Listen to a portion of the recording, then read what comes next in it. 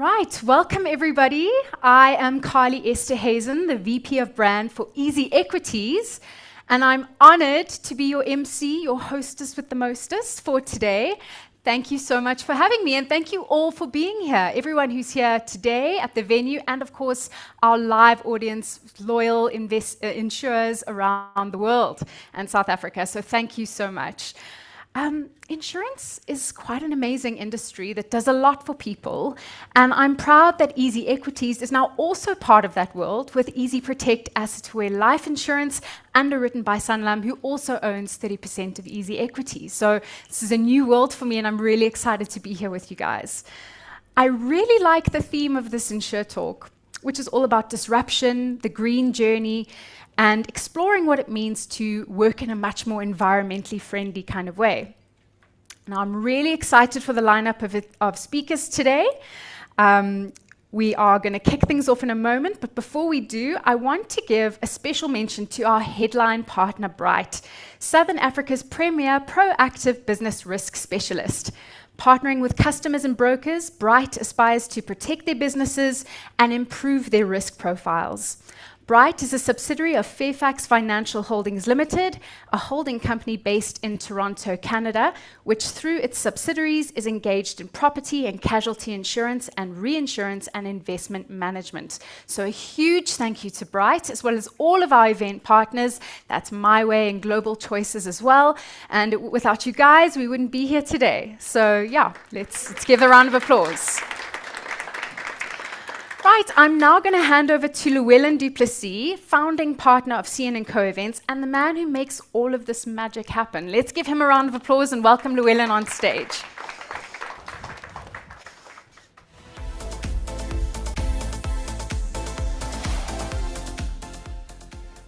Thank you, Carly. I'm normally not the one in front of the microphone, except if I'm doing speaker tests on Zoom, so the speakers here will know me.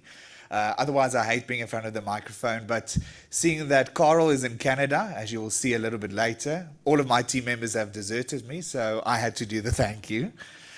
From my side, I would just like to say thank you to every single person that joins InsureTalk every month. Over the last 4 years, we've had over 4,000 people register each month.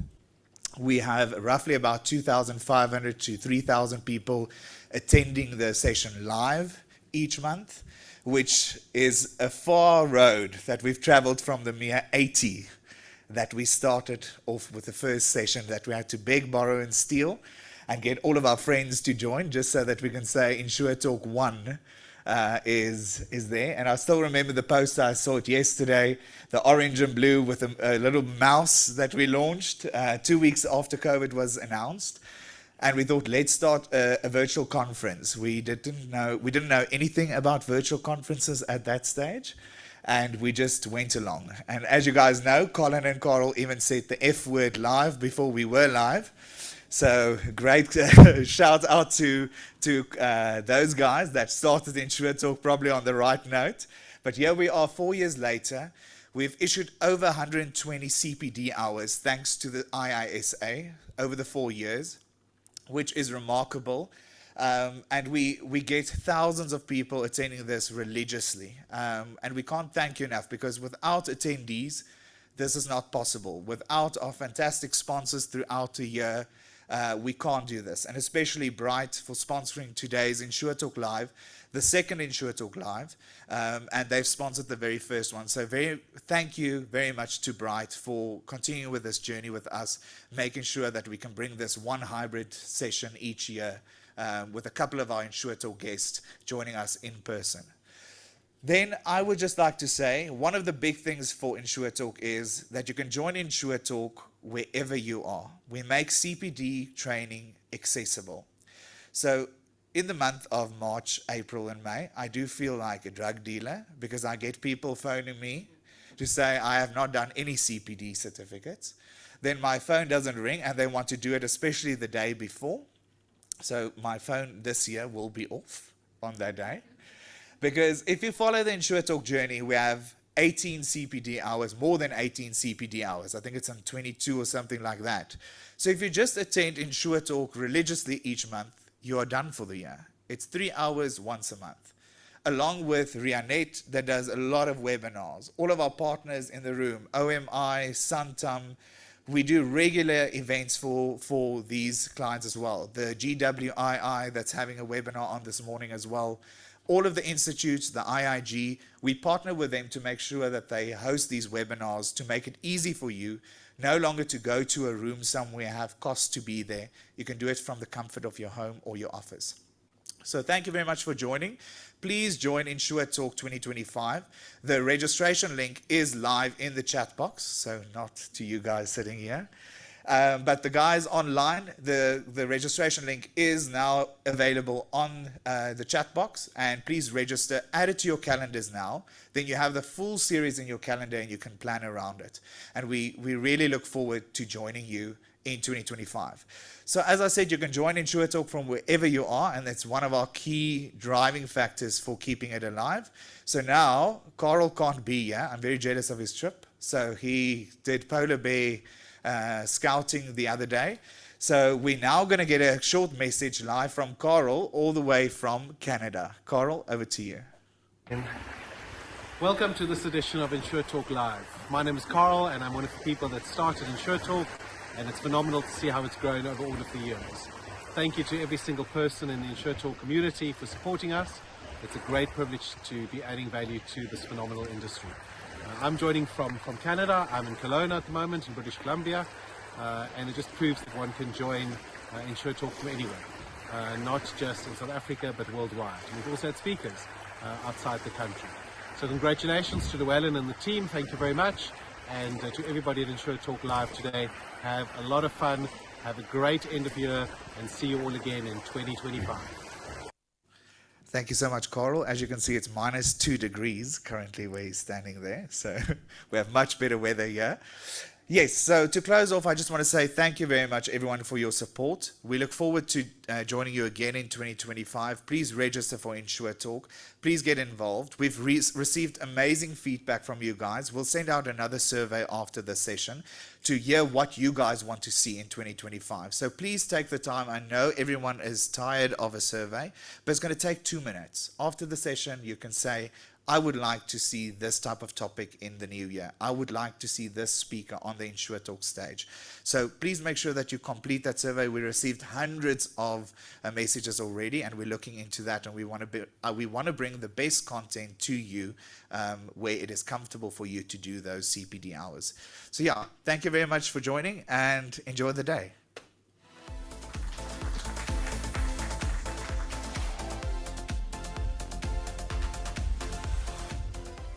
Thanks so much, Llewellyn. Just so you guys know, we actually didn't plan that our outfits would be coordinated. And I did have a pair of heels that I was going to throw on and impress you with. But I thought, no, we'll match today. I think that's a good plan. Cool, so we're going to kick things off now. Just a heads up for everyone online, we love getting engagement from you guys, so if you have any questions, drop them in the Q&A section of your online version, and yeah, let's kick things off. Our first speaker of the day, Jean-Pierre Holmes, is the National Head of Specialist Property at Bright. Leveraging extensive global experience in engineering and construction insurance to help clients design tailored insurance solutions for complex risks, especially in renewable energy and large-scale projects. Jean-Pierre is going to be talking to us today about global challenges versus risk disruptions. Can insurers differentiate in an era of rapid technological advancements? Jean-Pierre, welcome to the stage.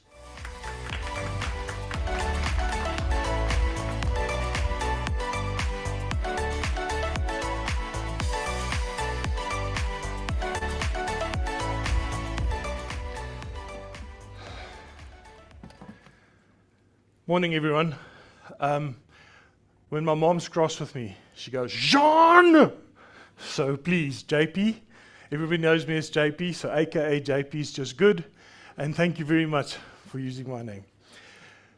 Yes, JP Holmes. I'm the National Head for Specialist Property Business at Bright Insurance Company.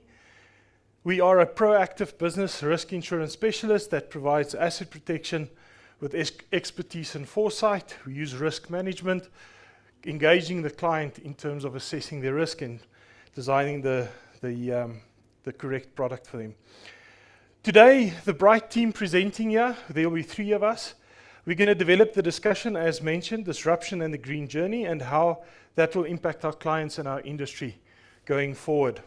I will start with what is the global challenge versus risk disruption to our business.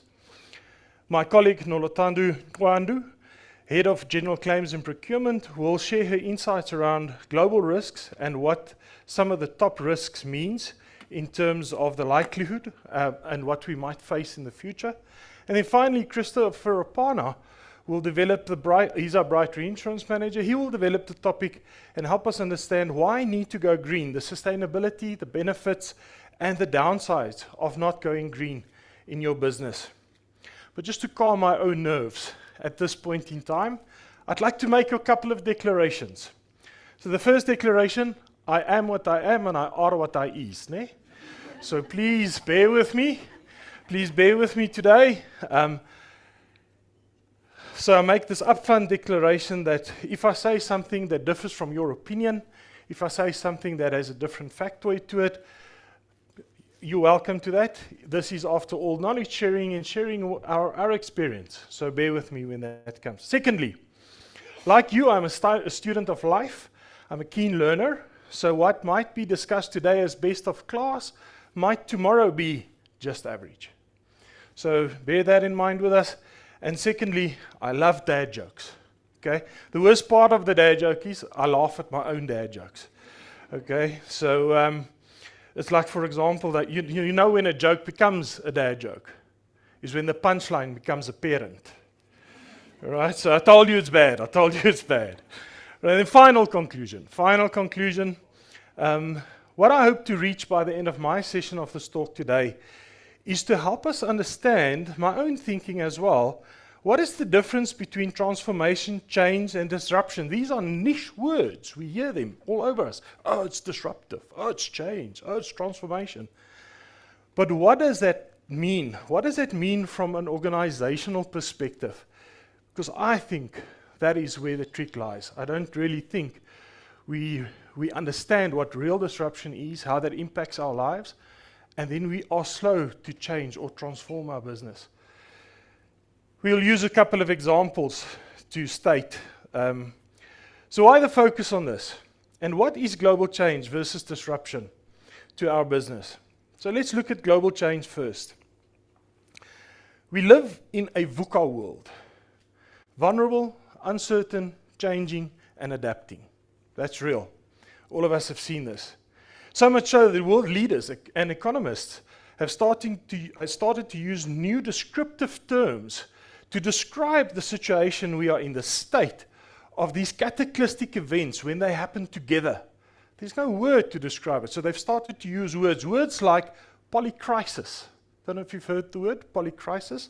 What is a polycrisis? Well, a polycrisis is used to describe a number of events cataclysmically affecting us at the same time, happening at the same time. What are these events? Outbreaks of communal diseases on a global or regional scale. Climate change, driving more natural disasters, affecting large communities globally. The wars, I don't need to talk about the effect that the wars have had on many of our industry, our segments of our industry. Forced mass migration, causing human catastrophes. And then lastly, economical uncertainty, systemic collapses in the economic system. These are all used, when they happen together, they are used, the term polycrisis is used to describe these. These mega trends that are reshaping the competitive environment for the insurers and the reinsurers and markets we operate in is real. We have seen some of these experiences happen. The problem or the opportunity that these polycrisis events are causing is the uncertainty of the change or the need for transformation. And it's at the speed that we are able to identify these needs. You see, this changes our product offering. This changes how we deal with people. This changes how we offer our service. But ultimately, today we are all in insurance. We buy our own insurance. It ultimately changes the client's experience when engaging your business. So it will be great if this experience or this change is for the better. But unfortunately, what often happens, because we don't really understand what real disruption means, what real change means in our business, the experience ends up being bad and opens the door to your competitors to start fishing in your pond, even alternative industries to take your job. We think of alternative industries, for example, you go to your local, I'm not going to name brands, your local retailer, your local food and beverage supplier, and he offers you insurance cover from the till. Political instability, the uncertainty around Eskom, potential grid failure, the COVID-19 pandemic, the spate of natural disasters, the mega fire losses that we've had over the last years, all driving forward a plethora of insurance product changes and coverages. We have seen reinsurers retract out of certain markets. We've seen reinsurers pricing increase net retention to insurers, upping the cost of capital. What does that mean? That means that is a cost that needs to be transferred to the client, changing his experience. Less cover for more money. Like we've said, we've seen these reinsurers retracting covers. We're seeing capacity being retracted in whole segments. The cost of capital disproportionately upping in a short period of time, or leaving the client with a negative ultimate customer experience. So we are also seeing stricter regulatory changes coming down the track. This is being enforced globally. We are seeing the push towards driving ESG comprehensive environmental, social, government responsibilities into your business. Climate change risk management frameworks being pushed down to us. What does this do? Well, this means that we are seeing a different way of how we're attaching business. Okay, sorry. Sorry, I told him when I saw the slides, I said, I'm not a slides guy. We can all read slides. I want us to have a conversation. Right.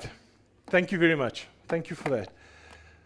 So what does this mean? This means that we are looking towards incentivizing those clients who are delivering green solutions, who are using green solutions. But there's also taxonomy that's going to be implemented for those clients who are slow to deliver on these global environmental and risk change policies. This will impact our risk appetite, the industries we focus on, and the type of products we provide going forward. There's a chap by the name of Daniel Burrs, technology futurist. He's a business strategist, and he's a disruptive innovation expert. And he wrote the following. He wrote what all this means. And I'm going to cover a few quotes that he published in an article on June 30th, 2021. And he said the following. He said, part of that process, this process to recognize disruption versus change, part of that process has largely to do with understanding the difference between transformation and change, both from a disruption standpoint and from the angle at which the organization is disrupted from. Once an organization understands the difference between these two concepts, it has an advantage over those that solely focus on the one.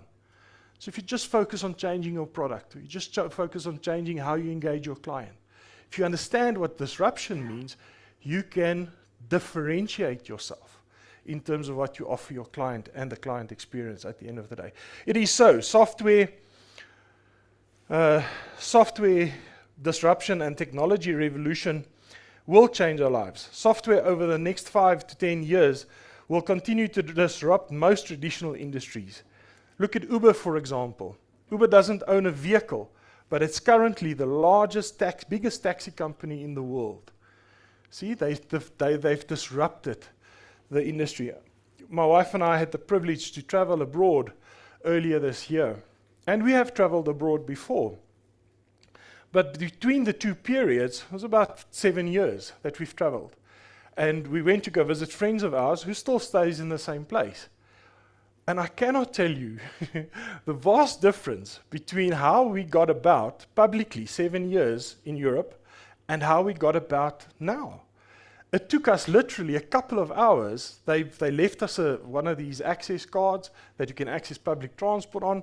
You loaded it with cash, and you traveled all over the show. You traveled wherever you wanted to go. And I was telling my wife, I was standing there and I was saying to her, thinking of the country that we love, what would it mean for us if we can transport people publicly like this? What would it mean for jobs? What would it mean for the environment? If we think of just putting people on trains, trams. At one point on one of these trips, unfortunately there was an incident where somebody stepped in front of the train track and they stopped the entire track. They stopped it for the morning.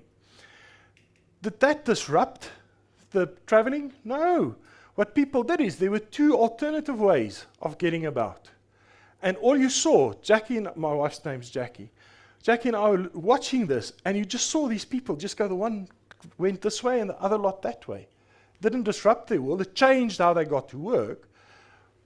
So that's the difference. That's the difference between what change and disruption means for us. AI, more self-help apps, more ways of doing things automatically. Does that mean less lawyers in the future? Does that mean less brokers in the future? Does that mean less general practitioners? My doctor, he says to me, just don't tell me what Dr. Google said. He says to me, JP, I think you need to lose a bit of weight. I said, doctor, I'm a winner. I lose it, nothing, eh? He says, but you can come second every now and then, eh? So what does it mean? Pharmaceutical dispensaries. Do we need chemists? You walk into a Dischem today. The chemist is at the back. At the front bit of it is a shop. Is the chemist going to be needed? These are all topics for discussion. But let's for a moment pause and consider what is the difference between the real difference between change and disruption. So Daniel Burst quotes the following. He says, change is a common term. From an anticipatory mindset, change means continuing to do something in essentially the same fashion with only some minor variations. For example, change can also go beyond products, services, and has to do with the workforce, the way that you engage people. The organization can just change. Versus transformation. Transformation differs in the following way. In essence, transformation occurs when something that was then becomes something completely different. In its nature, we can see transformation, for example, in a caterpillar. When a caterpillar turns into a butterfly, that's true transformation. When a volcano creates an island in the ocean, true transformation. I've got this example of a good friend of mine who's now sleeping in death. He died at the ripe old age of 99. In the 1920s, he told me this story. He says, in the 1920s, his dad took him as a tyke, took him to the local station. Now, I don't know what the new name for Oogies is, out towards Witbank, Emalahleni. Now, what today exists as the Oogies mines, those coal mines, that was Wim Frickie and his family's land. They sold that land to the then government. He was a philanthropist, he was an entrepreneur, he farmed in South Africa, left South Africa, farmed in Peru, came back to South Africa, left. So Frickie had a wide, extensive, but he tells me the story. He says to me, so there's a lot of farmland in those days, he says, and they were watching the first Model T bakkie being rolled off the train tracks. And as it rolled off the train tracks, it had a solid rubber wheel. And one of the rubber wheels came off, and this bakkie took a bit of a tumble. And his dad stood there and he said, this thing will never last in South Africa. Now I ask you today, how do we farm? It has changed farming. Frickie, his dad and the neighbors, how did they farm? They farmed with oxen. They farmed with with horses, with donkeys. It wasn't a couple of years they started to use mechanized farming equipment. What did that mean? Did that mean the farmer changed? Did that mean he didn't farm anymore? No, the farmer transformed. He changed the way that he did that he farmed the land. He could now farm greater parts of his land with mechanized equipment. What did that mean to the hay provider? The guy that provided food to the cattle and the donkey, that changed, that disrupted his business. What was now needed? Gas stations, filling stations, new roads, tarred roads instead of gravel roads. That transformed, that disrupted the current the environment. So the point that Daniel Burrs makes here is just that to turn change into transformation, there is a cost involved in developing a product, a service that temporarily changes your industry, and additional cost and employment time that goes into marketing it. Because of this, it is evident that change comes with an element of uncertainty. What is the element of uncertainty we face today in our industry? Let's just take the motor industry, for example. 2018 saw the first self-driverless car. I think I need to move on again. Sees the first driverless car. You can now start your car via an app. I don't know if I'm that. We will need less vehicles, more public transport, definitely, if we want to make an impact on the environment. Insurance companies will have to reinvent their pricing because of different risks. We are either going to have less accidents because of more public transport, or we're going to have more electrical vehicle fires. We just don't. We're going to have to identify the disruptor and then transform our business as quick as we can. The car insurance business model will disappear and in time will change forever. Again, back in Europe, we wanted to go somewhere. We had an app on. The app took us to a place. I hired a car. There was no one who helped me. I hired the car. I got in the car. I drove to where I wanted to be. I left the car there and then traveled on towards other places. It was amazing. It was phenomenal. You can do the same thing with bicycles, electrical bicycles in the city. In Amsterdam, you can rent an electrical bicycle, drive it to wherever and drop it off at a different point. Phenomenal to think what this transformation is going to mean for us. But how does insurers cover that? How do they ensure that the guy taking the bicycle is now insured, or taking the car is now insured? This also has a differentiator between where we live and what is going on in the rest of the world. I had the opportunity to go to a project site not long ago, 6 years ago. Grand environment. These guys up in the northern parts of Mozambique, 2,000 kilometers north of Maputo, Tete, and this renewable energy crowd made a deal with the government. And the deal with the government was, give us land rights to the minerals, and what we'll do is we'll mine the minerals, and listen to this, for the first 10 years, we'll invest our profits back into the community. We'll build schools, we'll build roads, we'll build whatever we need. Trick. But we want to own the mineral for 100 years. We want to own it for almost ever. But for the community there, they flew us. They flew us from the hotel, Radisson Hotel in Tete. They flew us north over the Zambezi. Amazing. If you can ever see the Zambezi out of the air, it's fantastic. And as I was looking down, people were living in mud huts. Mud huts. In 21st century. 1979, just before it became 1980, I will never forget, I was sitting at my grandma's house and I was watching Buck Rogers. And the guy was going, in 2003, we will all fly in the sky. People in the 21st century still living in mud huts. Ask that guy if he wants a solar panel, or if he wants running water, if he wants a coal-fired plant firing his house up. What will he answer? Give me the coal-fired plant. I can build schools. I can build these things. That project, unfortunately, in Mozambique never really came to fruition, because what's the issue? The issue wasn't the technology. The issue wasn't the change. The issue was the governments. There's two governments there fighting against each other. They first want their share before they develop this. So we've not only just got these disruptors, this polycrisis type disruptors, but we've got the human element that we need to educate and train as well. These are all facts that we need to take into consideration. Daniel Burrs concludes by the following. He says, The key is to take change and turn it into transformation that will allow you to be the disruptor and not the disruptor. He states, start by taking a close look at your organization, your products, and your services and other activities.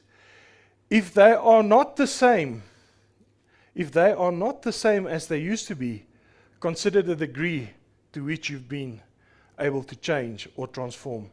Look more closely and see if those are just slight adaptations to something that already exists or something that would turn the industry on its head. In a very competitive environment, my opinion today, ladies and gentlemen, if we understand what real disruption is, what minor change in our business means and what that's going to get us, or whether or not we need to transform, is going to give us the future cutting edge. So remember, change is momentarily, transformation is forever. Daniel Burke concludes, he says, when you leverage disruption of any kind to your advantage and become a positive disruptor, you set the standard like the leaders in the new world. Then there is nothing ahead of you but opportunity. Thank you for listening to me. In closing, I'm a close follower of the Mars race, men going to Mars. And I was following the technology development. Elon Musk has great ideas. But one of the issues that they were pondering with the scientists is if an athlete on Earth gets athlete's foot, what does an astronaut get? Mistletoe. But they're not worried. They're not worried if this leads to depression. All they're going to do is they're going to give the astronauts a bit of space. Ladies and gentlemen, I thank you very much. It was a privilege to talk to you today.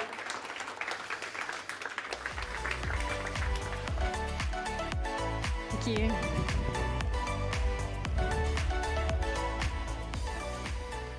Thanks so much, JP. I'm actually not a fan of dad jokes, but those were pretty good.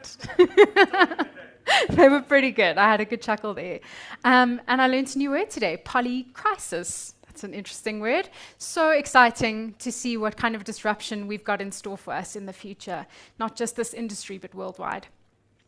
Next up, I'm going to be chatting to someone I admire a lot, Thokozile Mahlangu, the CEO of the Insurance Institute of South Africa. Won't you join me on stage?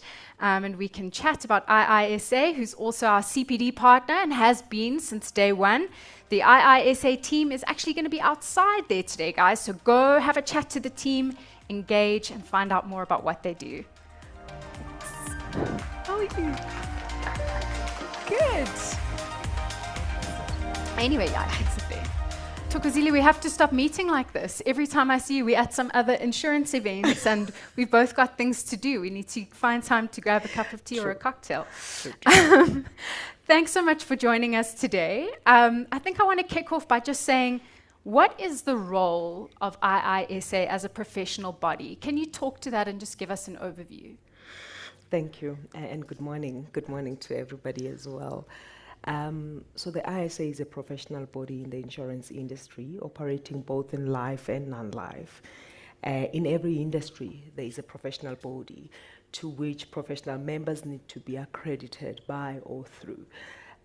So the role of the professional body is predominantly to accredit professionals in the insurance industry and to provide platforms for skills development, further skills development. So we're a central organization for professional and skills development in a nutshell.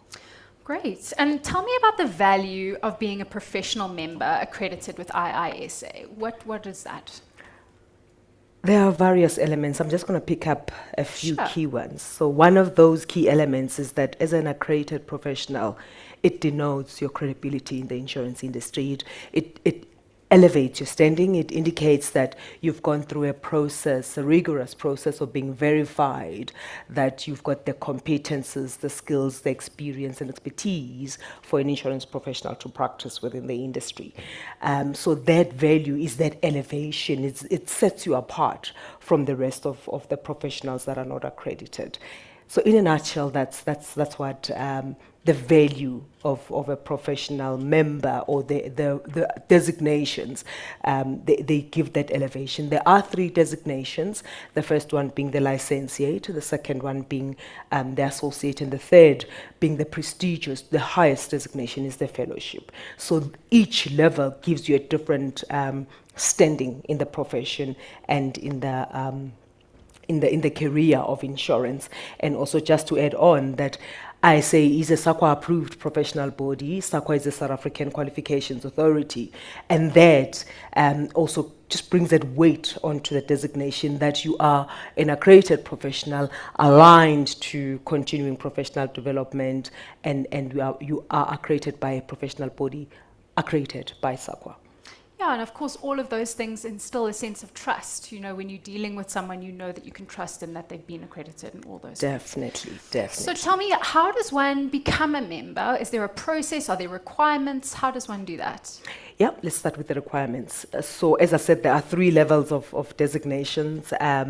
For the first level, which is the licentiate, you need an NQF level 5, which is either a higher certificate, or you may already have a degree. So NQF level 5 or higher qualification makes you eligible to be recognized. So that's one element. There's the experience element as well that gets looked into, and for a licentiate we require at least 2 years. And then there's the competency requirement as well. So there's competences that are looked at for each level of designation, and the team's here to share the details of the different competences. So basically at licentiate it will be almost at an introductory level, a new entrant into the industry, right? And then there's the RPL approach to still access the licentiate designation. And there you need to show that you've got still the same competences, you've got in-depth experience that align to those competences, and the requirement from an RPL perspective, you would need to have at least 3 years to meet the requirements for the licentiate. The associate designation, one must have at least an NQF level 6 and higher, either a advanced certificate, a diploma, or already with a degree. And there are various qualifications that enable one to operate within the insurance industry, and that can range from BCom in insurance, an advanced diploma in insurance, BCom accounting, BCom economics, law, you name it, risk and insurance. There's an array of qualifications that make one eligible for that second level of qualification and the next one. The key thing is that you must at least have the NQF level 6 or higher. With a 5, you'll have to start at licentiate, as I said. The competence requirements are then of a slightly higher standing, where you are able to have meaningful conversations with customers, provide solutions to customers, be able to question, guide, advise in a different approach as opposed to the licentiate level. So it's the practice of insurance that also gets looked at in that. From an RPL approach in accessing the same designation, the person then needs to have at least 5 years experience and still meet the same competency requirements. With RPL, there's going to be a portfolio of evidence that one puts together and submits to the office. A CV is required, ID, in case of qualification, copies of the qualification, and the academic records are very important so that we are able to see the different knowledge areas that one attained. And then there would be reference letters required. For the fellowship, which is the highest, as I said, one does not arrive and land as a fellow, and those are the queries we get quite a lot in the industry.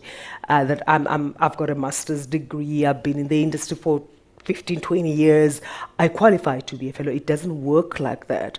You first have to serve as an associate, prove yourself, your skills, expertise at an associate level first, and serve for at least 2 years. And be in good standing both in your CPD as well as your membership fees, and comply with the membership professional standards. Then you can upgrade to the fellowship level after you have served for 2 years and consistently have shown compliance with the membership code of conduct and the standards that I've mentioned. And those are the requirements pretty much on how you become a I mean, member. it's good to have those processes in place because it just gives more gravitas to when you do get that membership and that accreditation.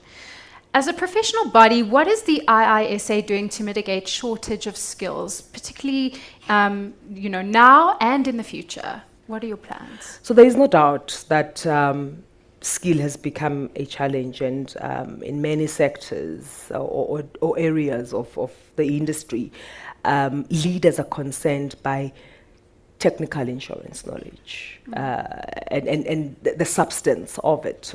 We are seeing that a number of mature generation are retiring or will be retiring soon, and that includes me too.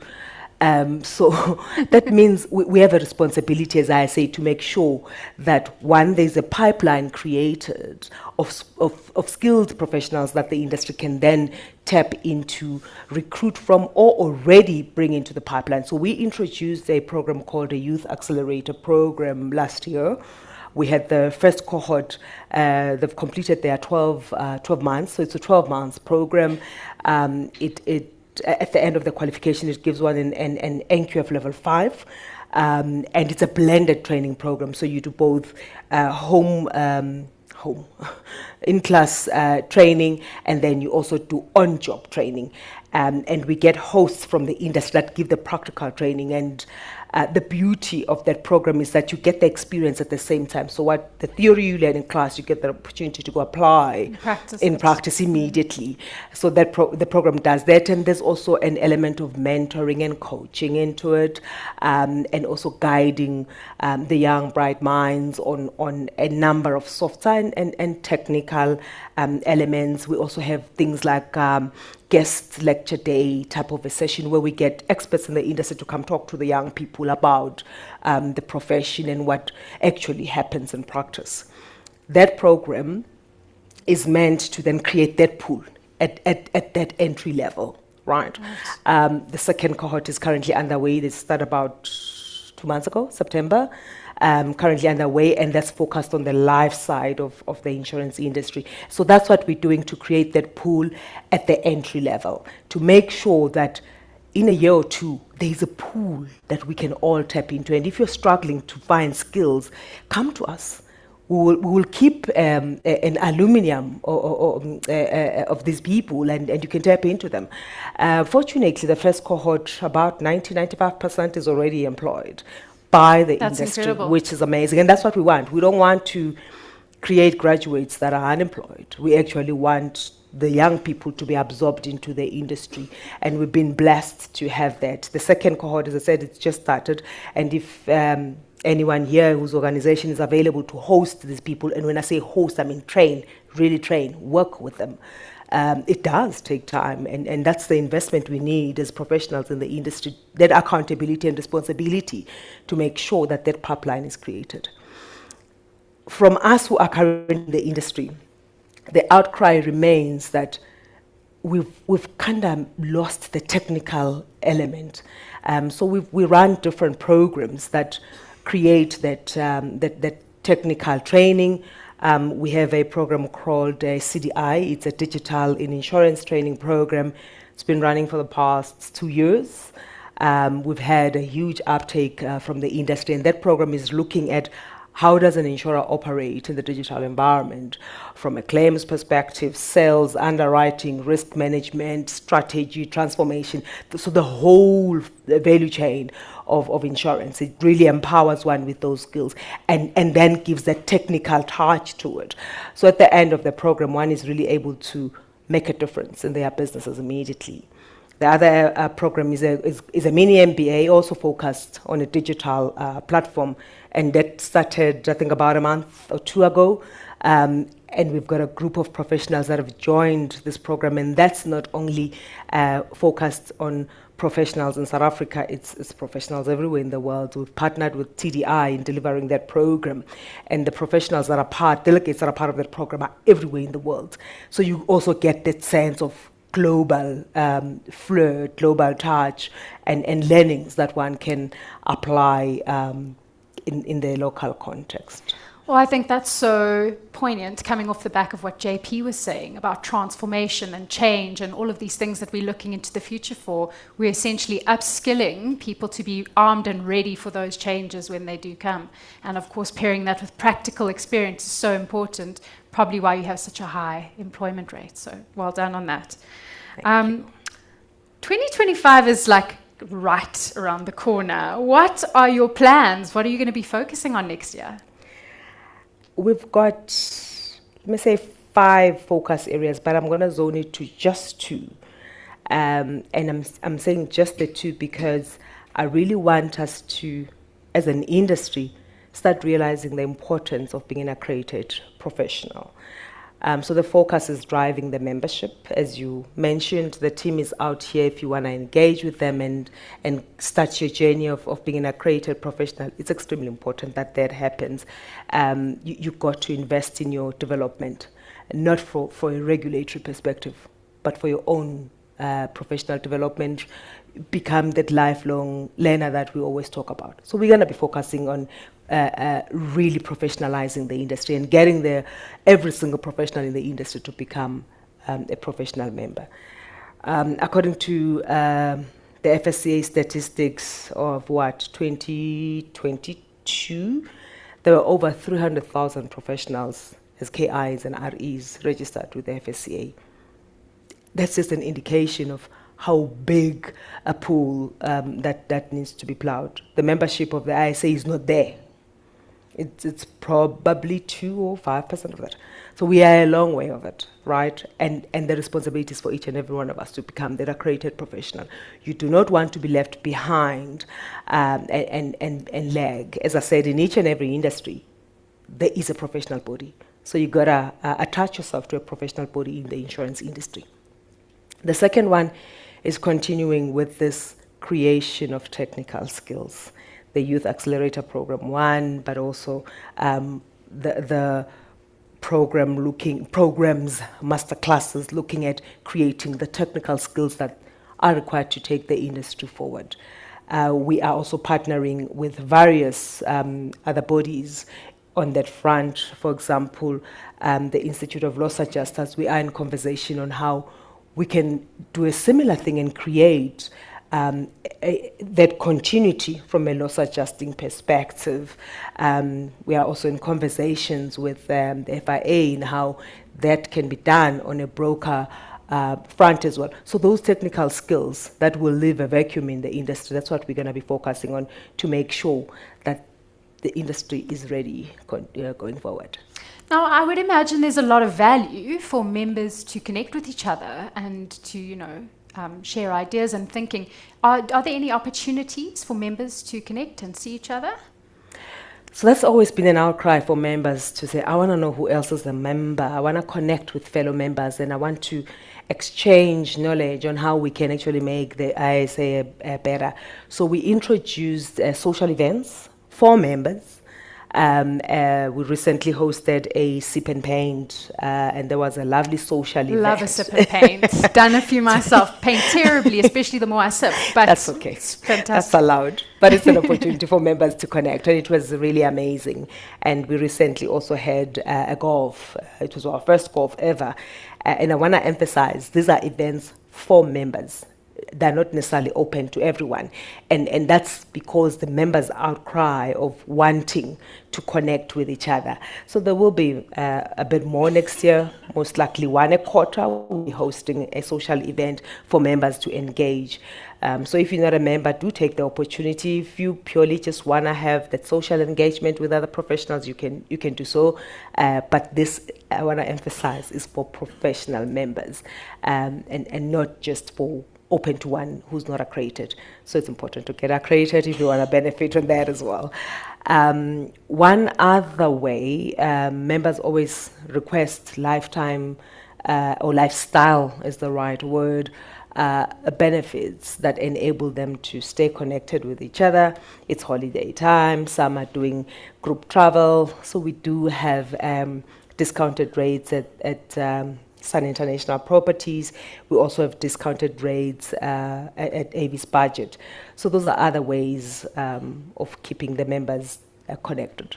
Fantastic. So if anyone's interested in learning more about membership and the IISA, please, everyone in person, you can go and check out the team who's outside.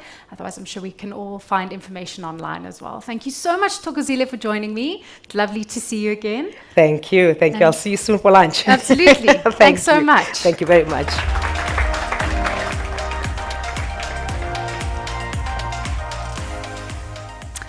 Okay, our next speaker, Nolotando Nkandu, oh, I hope I got that right, Head of General Claims and Procurement at Bright Insurance, combines expertise in business administration, law, and psychology. That's quite an overachiever we're talking about here, to optimize claims processes and responsible sourcing while championing women's empowerment in the financial and insurance sectors. Love that. So they're going to be talking about risks specific to Sub-Saharan Africa and the role of the insurer and broker. And a huge shout out and thanks again to Bright, our headline sponsor, without whom we couldn't be here today and doing all these wonderful things with these fantastic speakers. So yeah, Nolotando, you're welcome to join us on stage.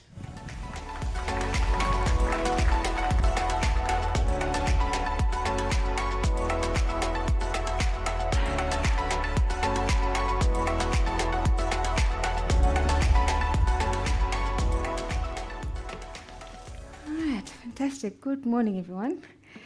Kaliso Ngandu. Yeah, JP, got you. So dead jokes, no. I think I am comical, but not to that level. So I think my disclaimer would be, yes, these are eyeglasses, not for fashion. Yes, I do. I am bright because definitely we are approaching risk with purpose. So I think thank you from the speakers and Mrs. Togo, thank you for that wonderful explanation in terms of the IIG and also encouraging us as members. Just picking up from my colleague JP in terms of the disruptors and also just in terms of change and how that affects us. So my topic today is really just to cover where we are in terms of global risk and also what that means in terms of our environments. So in terms of what we're foreseeing, and comes across from a lot of theory from consultants across the globe. PwC has got a report in terms of a forward-looking 2025 for insurers. We've got a report from S&P in terms of investments in Sub-Sahara and the globe. There's a report I read just the other day from Ernst & Young, also about insurers and approaching risk and climate change. So there is quite a lot of topics right now about our industry and a lot of thriving topics about our industry and where the future actually holds for us. So I just wanted to maybe just to share thoughts around what global risk and these risks, what they mean to us as insurers. So the scholars agree that in terms of our top risks, in terms of and also likelihood of actually happening, global financial positions, I mean, we see this happening around the world. Recent elections in America, MAGA and export and rates and taxes and all these wonderful things that will happen. We are also seeing from a global perspective in terms of Europe, in the discussions happening at the moment in terms of recessions, what it actually means financial positions for different countries. We're seeing also in terms of our region of recent notes in terms of South Africa. I think they call it Cyril's economy, where nobody can afford anything. Largely because there's quite a lot of happening in moving pieces in terms of the economics and economies as well. Cyber attacks, I think goes without saying. We are seeing quite a lot of these examples happening around the world and the increase in terms of demand for insurance and reinsurance around cyber attacks. Extreme weather events, we've had quite a few. JP gave a few examples around what that means and also what happens in our industry around these extreme weather events. Interstate conflict and regional consequences with, in terms of major natural disasters. Currently, case in point, we're seeing quite in our neighbors, Mozambique. There's a lot of interesting things happening in our borders and in terms of political instability happening within the region, outside the region. That also has major effects in terms of what happens in a region, and also in terms of from determining in terms of that political landscape and coming back in terms of where we are as insurance. So some thoughts around those risks. And then lastly, in terms of the severity of natural disaster is increasing. We are definitely now, we know natural disasters are happening in terms of globally. The response plans, I think that's the biggest question. Climate change, our response plans as an industry, as the world, intergovernmental relationships around natural disasters, and how quickly it takes for a state to recover from a natural disaster. So that, I think, in line with that, those global risks, and the likelihood of happening in terms of what it means for us in terms of a local risk. The World Economic Forum Global Risk Report, it cites that the crisis-driven leadership and geopolitical rivalries risk is creating unprecedented social and societal distress. So we are definitely seeing displacements. We have an increasing risk in terms of growing geo-economical weaponization and also remilitarization of economies. We are definitely seeing states that are fighting against each other. We are seeing states in terms of competing in terms of technology and war. There's also uncertainties in terms of what those economies will mean in terms of superpowers, smaller states fighting with bigger states fighting with bigger states, and ultimately leaving organizations like the UN with bigger questions around, okay, so from a superpower to a smaller, global player, what does that mean in terms of migration and topics like that? Especially then in terms of rogue actors, we are seeing something quite unprecedented. We have private sector playing in political spaces. I think when the election of President Cyril Ramaphosa, we saw quite a lot of private sector players coming into the fore. We are now seeing Elon Musk leading the government in the US. And so many, and so forth. So also another interesting factor around that. So the failure in terms of mitigating, climate change as a response, as I mentioned, that also impacts us as a region in terms of how quick we are to react and coming up with new products. Water crisis. Johannesburg, I think tonight we're going to be affected with a water shedding or something of the sort. That's a reality for us. Water crisis across the globe in terms of the price of water. It's called the new war, if I understand. Also availability of water in different nations, in different states. That becomes a crisis for a lot of people. Manufacturing, we're seeing, I'm a supply chain person, so I will always sort of gravitate towards that industry. You're seeing in a lot of European countries and the US as well, production of soft drinks is becoming more and more a challenge in terms of accessing water and also privatizing water. High energy costs. Again, South Africa, it speaks to us in terms of finding alternative energy sources, and it's not pricey. If all of us have installed a solar system at some point in your life, you know how expensive that is. And that demands in terms of what it means from a domestic crisis. So South Africa, the region, Sub-Saharan Africa, solar, wind, natural resources, as natural as they are, we think they are free, they are not. In terms of production of energy for those resources becomes a bit of a pricey issue for us. Political risks, as I've mentioned, I think about 22 states just in the last 24 months have gone through elections. So that also changes the political landscape across the globe. The governments that we thought we knew, we probably might find 3 years down the line, new emerging governments, new emerging states, new emerging theories around what government and state means. We are also seeing in terms of conflict, the Middle East conflicts, Russia-Ukraine war, that goes without saying, political unrest, and also just all of these financial risks, including shifting of interest rates and costs and sources of capital, increasing claim amounts due to, in terms of consecutive years. So we're seeing that in terms of a claims perspective, that's also adding in terms of that frustration. Electricity and water, that's again part of the water crisis in terms of high and also high energy costs.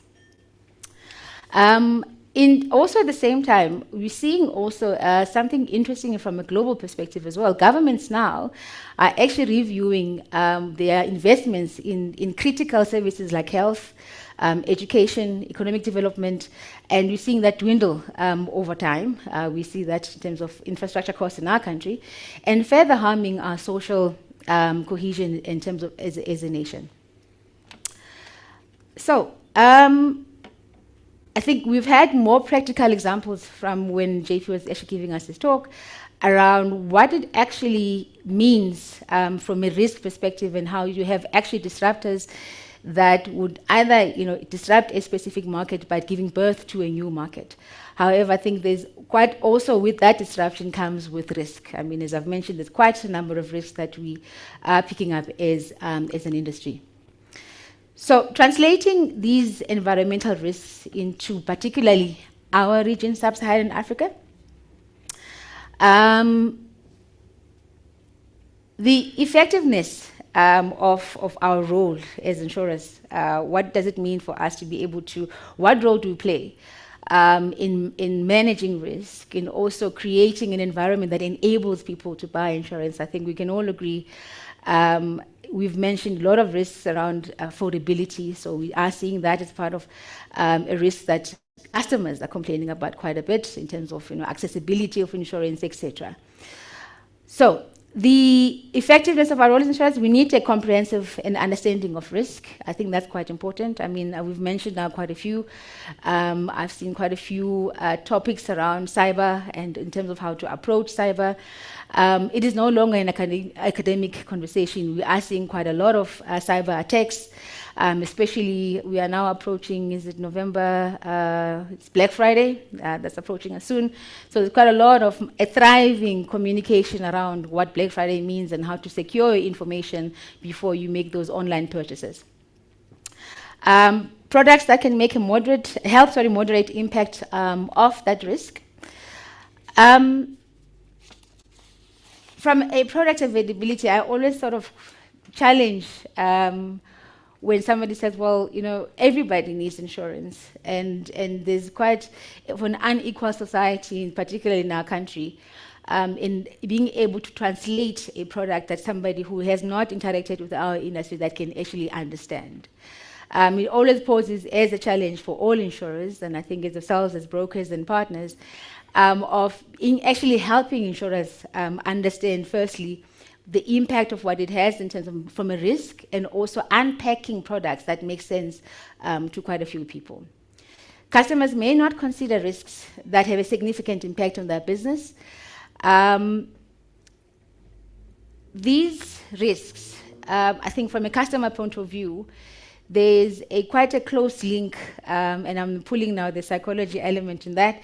The close link in terms of when natural disasters or climate change happens, where there is a knee-jerk reaction to get anxious about the change, you get anxious about what it means for global change, climate change in my environment, I see these natural disasters, there's helplessness in people and all of that. And it becomes our role as insurers to actually make sure that we educate our clients and make them aware in terms of the impact of risk that happens in their daily lives. So as insurers, I mean, also quite important for us to support the adaptation of resilience. I think what all we need, that's a common theme if you read in terms of what approaches to climate change and what is best in class. Resilience is a common word that everybody uses. In terms of facing of climate change. And it's not only for an opportunity for us as insurers, but also a commercial imperative, because the more we understand and resilience in terms of climate change and reacting to it, we are able to then also find better opportunities of developing new products that we don't know or we already have, and also closing the protection gap. Out of interest, the World Economic Forum actually reported in 2023 in their global forum in terms of what actually natural catastrophes have cost us as a globe. It was reported that losses from natural catastrophes reached about 357 billion US dollars globally. Yet, only 35% of those losses were insured, which leaves about a 65% gap in terms of so protection gap of 65%, which translates to $234 billion. This gap is particularly pronounced in countries in the Middle East, Africa, and Asia. Again, opportunity. What then it means as insurers? Deloitte says, as these tensions as you're seeing in terms of demand of insurance, there's a higher now demand on risk assessments. So as we now unpacking these impacts of risk, as we're getting more understanding in terms of our data of these impacts, you are now also demanding in terms of how you better assess the risk as well. This is prompting insurers to scrutinize things like cyber, political, and marine exposure in a more meticulous way. Right. Then I think while we're all sort of chewing in terms of the impact and understanding risk and thinking about our customers, how to better serve them, how do we then translate this risk in terms of our region better, which we've sort of articulated in terms of resilience, coming up with better products and serving our customers a bit better. But what is the role of the broker in all of this? I think I've sort of, in my research and reading, I haven't found any differing opinion in terms of the role of the broker. There were some theories from 2010 up to now, and all of these scholars agree on one thing. The role of the broker is to create awareness of potential risk and their significance to their customers. So the crucial role of that closeness of the relationship between the client and the broker starts speaking from this point. To provide advice, and that can strengthen and the resilience of the insured businesses. So that's continuous. We still rely on you as brokers in terms of providing that support, that feedback, feeding back to insurers. I think based on my experience on the claims point of view, we rely quite heavily on also brokers delivering certain messages to clients in terms of changes in portfolios and changes in initiatives. As insurers, we're getting into cost management, initiatives around claims in terms of underwriting and all of that. We rely quite heavily on the communication between the broker and the client. That message gets to be delivered as an insurer.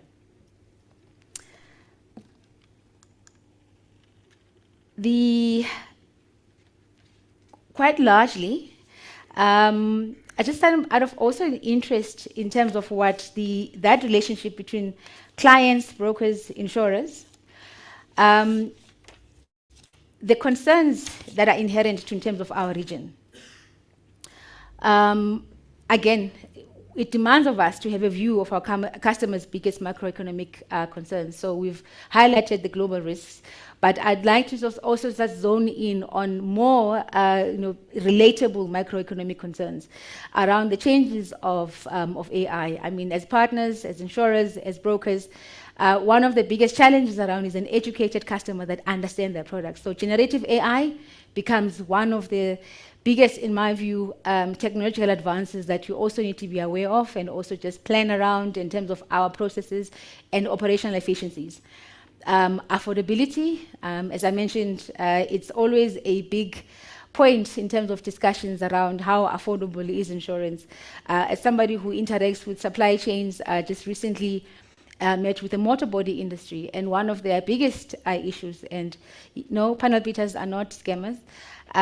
They are one of the thriving industries in South Africa, but the biggest outcry is them being able to afford insurance. From a workman's compensation point of view, for workmanship as well, in terms of them being able to withstand when customers have multiple, let's call them inquiries, not complaints, inquiries around the quality of the repairs of their vehicles. The affordability questions comes in there where they're looking for specific products that address particularly their concerns as an industry. Business owners have greatest concerns around risk in terms of unemployment. We can all, again, as I mentioned, there's sort of an impact and people can quickly get despondent as business owners.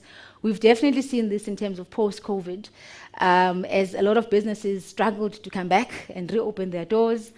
We've seen in terms of businesses also trying to recreate their value propositions. Disruptors, so those that were quick with their supply chain methodologies, that were big in the digital space. In the 2 years we had, 18 months or 2 years we had COVID. Those that sold products online, sort of the gains, they've been able to transfer that post-COVID. Those that have struggled have really struggled in terms of unemployment. Those that have been able to reopen their doors are still sort of having struggles in the ability to navigate compliance. We are seeing a lot more thriving state compliance in terms of requirements from a regulatory perspective. Sales, driving sales digitally, and those that have sort of got online products offering gaining momentum, and those that are still struggling to get there, they're also still trying to get themselves there. Marketing their business, I think we're also seeing that from a business owner perspective, marketing their value proposition, finding partnerships, and also trying to create a value-adding offering becomes challenging for them. Supply chains, as I mentioned, it's also one of the biggest concerns for business owners in terms of also finding integrated supply chains that make sense for them. Motor body industry, a case in point, cost of parts has become an issue for a lot of panel beaters, and finding the right sweet spot in being able to still be able to repair cars, but also be able to afford to purchase parts becomes a concern for them. People and culture, that's so for me, I would summarize that in terms of also as organizations, the triple P. That becomes a very imminent risk that we are now able to manage, but I don't think probably not really able to manage properly. But the triple P for me, the people, planet, and lead to profit, becomes a very active acronym currently in our current state as a nation and also as a globe. Climate change is no longer just a something that we sort of look at, it's a reality for a lot of us. High energy prices, I mean, that's also a concern globally. As I mentioned, we have a region, apologies about that, we have regional issues around across the board for everyone that looks into energy, alternative energy sources. We're looking at finding alternative ways of generating energy, which does cost a bit of money. Failure of critical infrastructure, I mean, that goes without saying. We are also debating as a country around the cost of Eskom. Eskom trying to justify the additional percentage increase in terms of affordability of electricity. The social imbalances of many countries where people are able to afford alternative energy, sort of walking away from the main power grid, our main power source, and being able to sort of utilize other alternatives. And we have a majority of people that are not able to afford that. All of this sort of leads to other social impacts like food security, where the production of food becomes an issue for a lot of states as well. Conundrum of trying to bring private and public into one and recreating something that sort of makes sense for a lot of people. So as a region, we strive to on collaborating as Sub-Saharan, and there's quite a lot of progress that has been made through trade agreements, through Pan-Africa solidarity, the SADC region, also finding alternatives around energy, around food production, around security, and also sovereignty of many states. And also creating a bit of a political stability across the region as well. So the peer-to-peer knowledge sharing, it not only happens to us as colleagues, but you also see that states are also trying to create a bit of that we are able to share knowledge, what works and doesn't work, to create this thriving economy ultimately. In closing, there's quite a bit that happens around risk.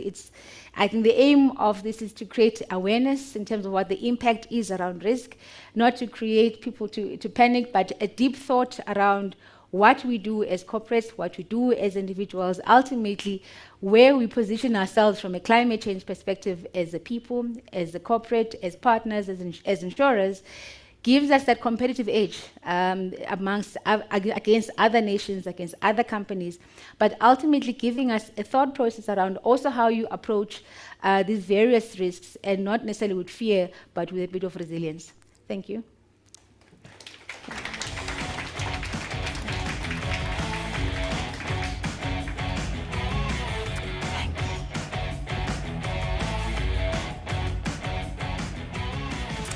Thank you so much, Noluthando. It's so interesting for me to hear about all these different things and the kind of potential impact they're going to have in our world. So thanks so much. I, for one, am living for your glasses. I want a pair of those. Those are awesome. We're going to hear from our next speaker in just a moment, but with 2025 just around the corner, can you believe it? I wanted to remind everyone to register for the 2025 InsureTalk sessions online at CN&CO events. 2.5 CPD hours will be accredited to all attendees for one session of InsureTalk, and registration is free. So check that out. Now let's get some media highlights and an update from Rionette Whitehead, co-owner and editor at FA News, who's also our media partner for this event. So big thanks to FA News. Rionette, come and join us.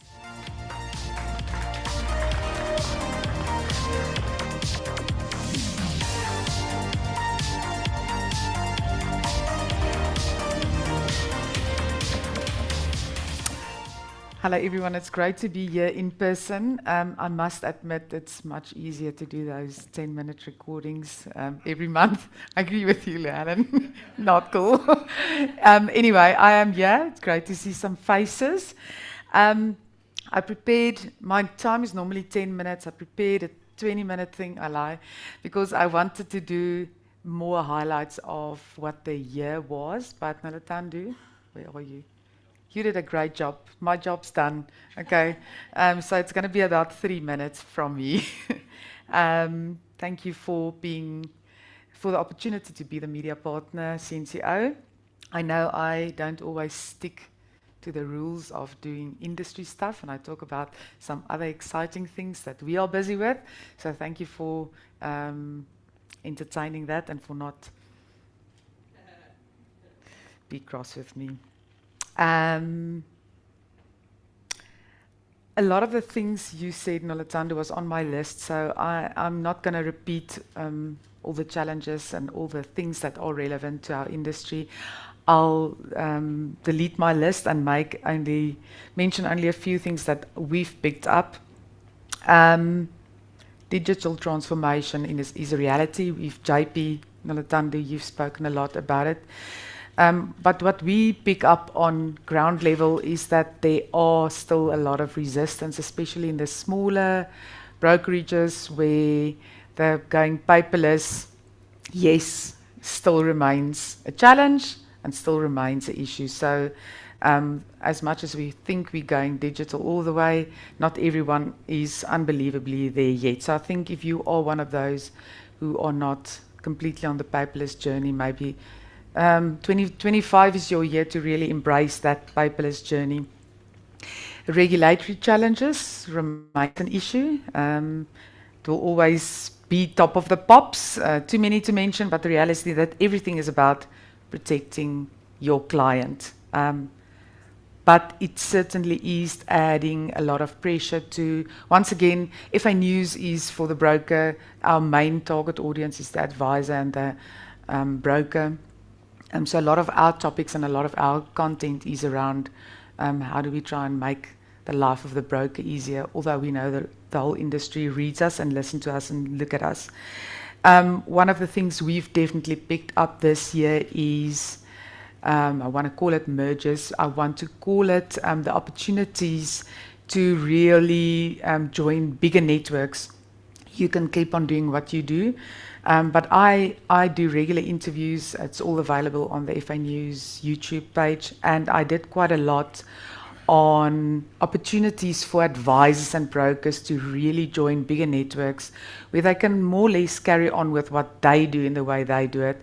But a lot of the compliance and the regulatory stuff are handled by the bigger network. And that also solve succession planning, which is not like a hot topic. Climate change, you've touched on that, and you also mentioned the public sector maintenance issues, which directly impacts us as an industry, is a topic that will never go away. It's a new world, new reality, and we have to start innovating as we as an industry do. Cyber, we don't have to talk about that. That is a reality. But I want to touch then on my other favorite topic. And I know some people are like over it, but I'll never get over that. And that is the insurance apprentice. So I would touch quickly on that as well.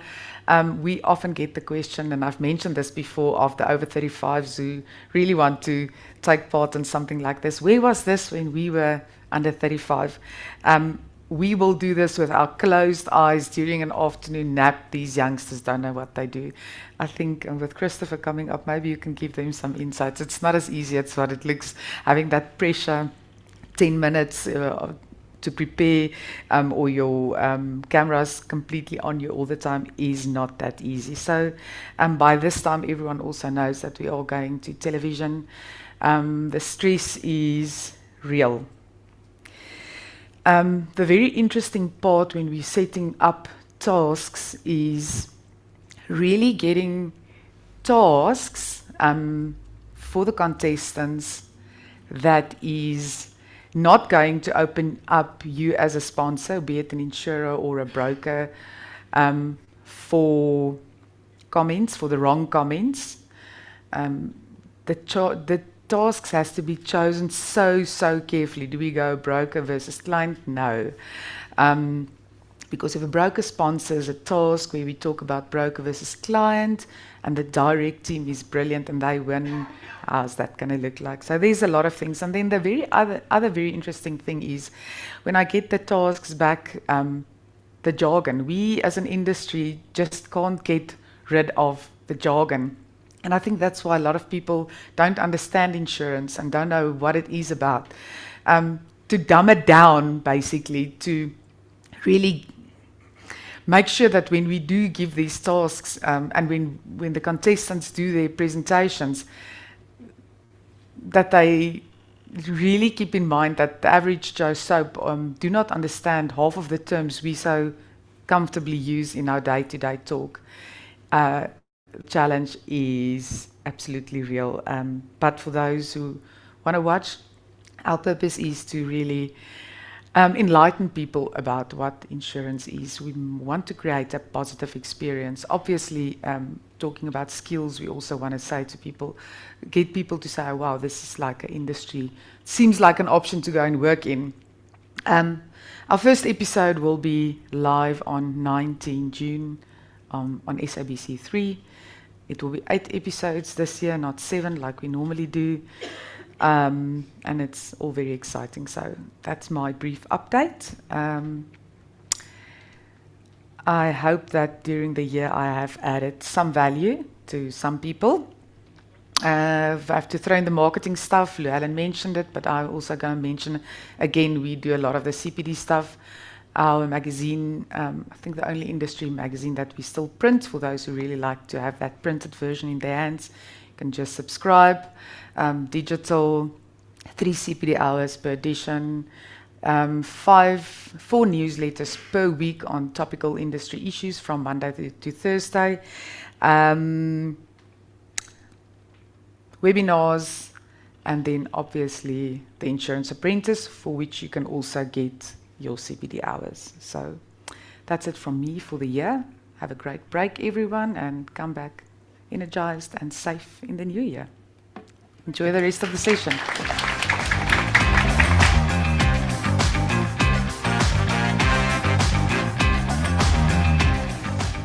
Thanks so much, Rionette. I'm really looking forward to watching The Insurance Apprentice next year. It'll be my first season. Very excited.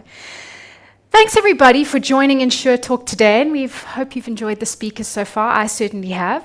We're going to take a quick comfort break, but we'll be back with more speakers shortly, so use this opportunity to quickly dash to the bathroom, come back, and we'll resume in 5 to 10 minutes. So see you in a bit.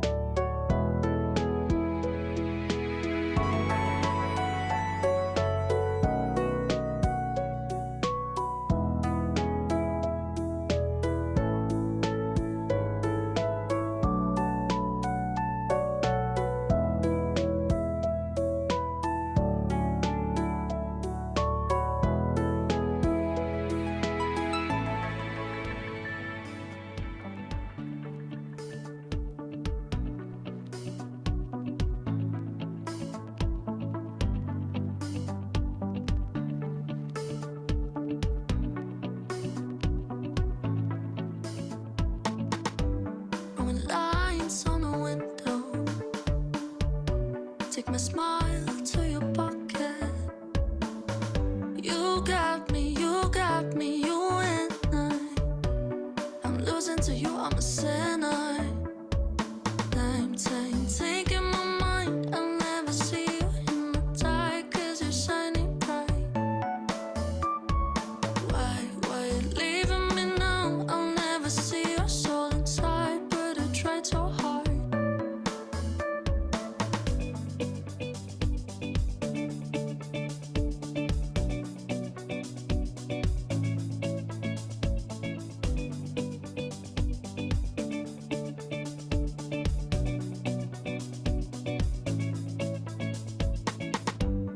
So many mistakes crashing my system. Gave me some different places to hide. I've never wished you'd stay this night with me. I only knew I want you by my side. Taking my mind, I'll never see you in the dark, 'cause you're shining bright. Why you leaving me now? I'll never see your soul inside, but I tried so hard.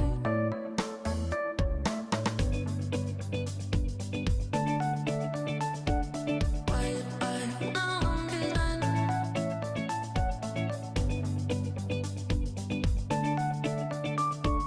why now? 'Cause I so many mistakes crashing my system. Gave me some different places to hide. I've never wished you'd stay this night with me. I only knew I want you by my side. I'm searching for perfect shelter for you and me. Everybody think that I'm off still, but I want to feel. Taking my mind, I'll never see you in the dark, 'cause you're shining bright. Why you leaving me now? I'll never see your soul inside, but I tried so hard. My demons in the cloud shades run away from monsters. I told them they were safe from the monster that I feel.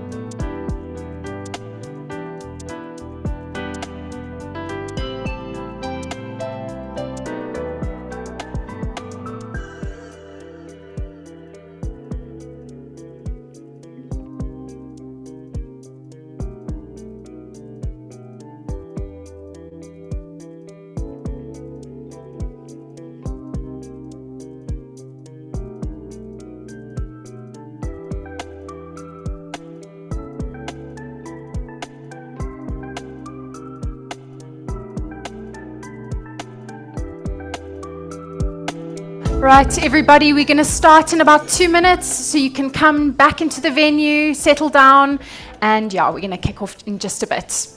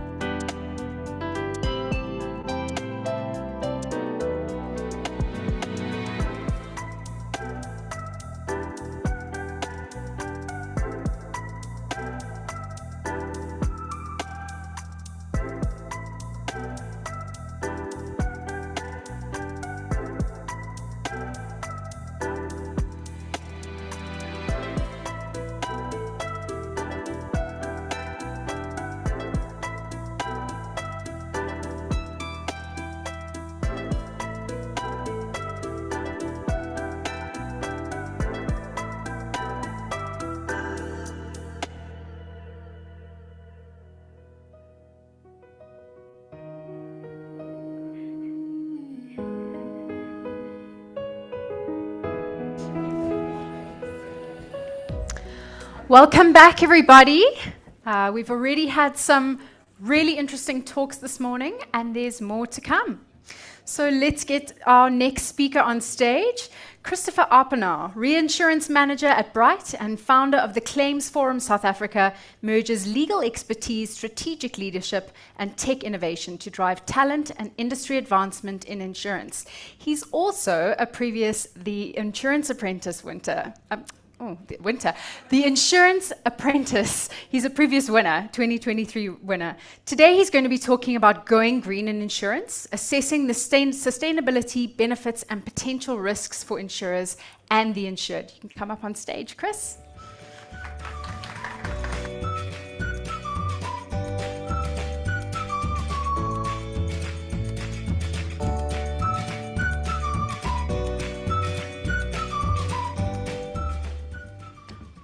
Thank you for that intro. I see everybody's starting their presentations with disclaimers. I have 3. So usually you'll find that I like to walk around the stage, which won't happen today. I'm slightly handicapped, so I'm also, if you see me grimace whilst I'm talking, just know I went through a momentary stabbing pain, but I will maintain my composure for everybody here. The second thing is, although my talk is on going green, I have paper, so please, it's a I suppose a remnant from my previous life as an attorney. We love paper. And the last thing is the green coat. It was not intentional. I swear to you, as I was driving here, I realized, my God, people are going to think I'm such a weirdo. I'm talking about going green and I'm wearing it. So, so yeah, that wasn't intentional.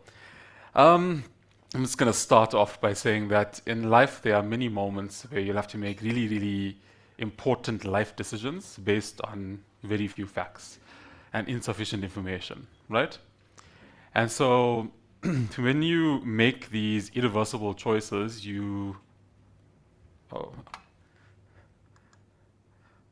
I'm not there as yet. Okay, cool. So when you make these irreversible choices based on a few days of research and speaking to a few people, you never really can appreciate what the consequences of your decision or actions might be. And so the philosopher Laurie Paul calls this vampire problems, right? Paul argues that there are many of our important decisions that we cannot foresee the consequences at all, because we make decisions based on very limited facts.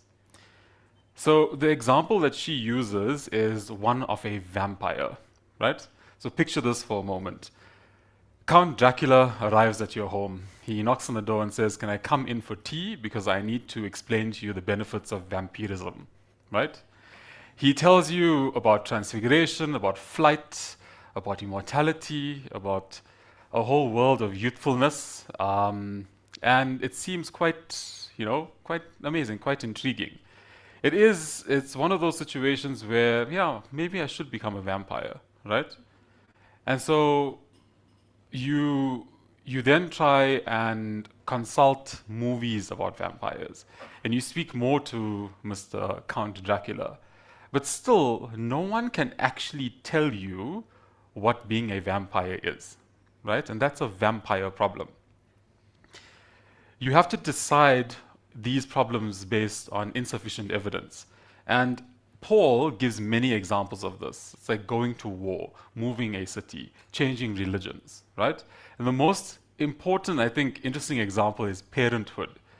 And she says, when you decide to become a parent, you can read as much books as you want. You can attend as many courses as you can. You can speak to as many people, but the true way of determining what parenthood is considering what are the unknown and not unknown variables. So those unknown variables are the character of your child, the health of your child, the uncontrollable choices of your child, and then truly you would understand what that particular outcome would be or what your decision might be. So what do we do in the case of vampire problems, right? That's the question. You just have to go with it. You have to embark on this journey that is completely unknown, that will unfold before you. And so you're probably wondering, how does this sort of fit into my topic of why we want to go green, right? So the vampire problem I'm going to talk to you about is about going green. And in this situation, we have all of the facts. We have everything available to us, right? But the unknown component is what happens when we don't listen to all of the facts. And so that happens. And so I think it is high time that both insurers and insured embark on this unfolding journey to understand what it means to actually go green. Now, we're going to be exploring the crucial question of why go green. But my question, I think the question should be, can we afford not to, right? So climate-related risks are pegged to increase or to have a negative impact on our economic output by 11 to 14% by 2050. And that's if the world's temperatures rise by 2 or 2.6%, right? So this means that this is not just an environmental issue, it is an economic one too, that impacts insurers, specifically us, in our pockets, right? Going green is just not about preserving the planet. It's about creating sustainable sort of environments, ecosystems, economies for other businesses, but specifically for the insurance space. So remind myself not to do this. So the key objectives. Now, these key objectives are not just lofty ideals, right? The first one is about environmental awareness. Now, here we're talking about incorporating climate risks into our risk assessment models. And so you have to imagine developing products that incentivize green behaviors amongst our clients. And understand that I'm speaking from an insurance perspective only, but it can apply to other businesses. The second is replacing of old infrastructure with green alternatives. Now, this isn't about reducing our carbon footprint, right? It's about creating more resilient systems. Swiss Re, in fact, has pledged or committed to creating or to a carbon neutral operation within the insurance space by 2030. And that's just around the corner. They want to be completely carbon neutral within their insurance companies. The next is product development and innovation is crucial, right? And what this points to is what I've just said earlier on. It's insurers developing products that incentivize our insureds who adopt green methodologies in the running of their businesses. Alternatively, when it comes to individual insureds, those guys who have solar panels, for example. Right now in South Africa, there is a small penalty that's been applied from a rating point of view where you do have a solar panel on your roof, right? And here you are trying to be green or trying to beat ESCOM. And lastly, it's about changing people's behaviors. Now, this is something that I'm super passionate about, that I always think about how insurance is a tool for change, right? We do this through our policies and through our pricing structures. And so through the very same mechanisms, we have to start using our influence to change our clients' views and the way in which they adopt climate-related aspects. Now, these objectives are not only good for the planet, and I'm going to say this repeatedly, it's also essential for our sustainability as an insurance space, for our profitability as well. Now, let's talk about sustainability, the first theme being ecological management. Now, ecological management can be easily explained using one of the best examples I came across whilst researching for this presentation today. The wetlands, the coastal wetlands in the northeast of the US prevented 600 or mitigated 625 million US dollars worth of damages, right? When Hurricane Sandy hit. That is 625 million US dollars that was saved by a coastal wetland that insurers did not have to pay out. That example alone tells you how important it is for us to conserve our coastal wetlands, our various and very unique biodiverse ecosystems within a South African context as well as a global context. AXA, for example, has set specific guidelines for direct investment and underwriting to ensure consistency with their climate risk sustainability strategies. And by promoting these practices, we're not only creating a more stable and a more predictable environment, but we're doing this for our clients and for ourselves as well. Prediction is part of our underwriting process, right? And so where we are not able to predict anymore, we can't price properly and we can't anticipate risks in the way that we do right now. The second theme is social enablement measures. Now, if you're only shifting to the social aspect of sustainability, our role extends far beyond that of financial protection.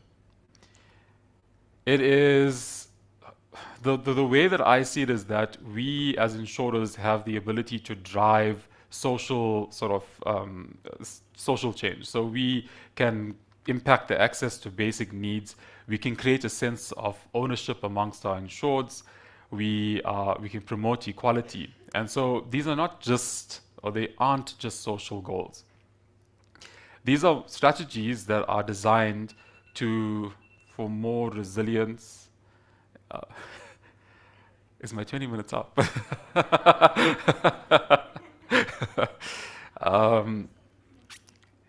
Yeah, so these are strategies that are designed to create more resilient communities, right? And to create a more stable landscape. So you can see there's something creeping up here, right? There's a word that I've used twice, 3 times so far, stability, right? And so that's what we want to aim to achieve. And this will round off and it'll become more apparent why I'm focusing on stability. Now, the Hartford, for example, they've embedded climate-sensitive underwriting methodologies for a long time, and they reward and incentivize their clients where their clients are mitigating their risk using green sort of applications in their businesses. Now, social enablement measures aren't just about doing good, they are about creating a more insurable world, right? So the next one is sustainability for future generations. So what we do now will impact the generations that inherit this world when we are all, gone. And so it would be pretty selfish of us not to consider those generations coming.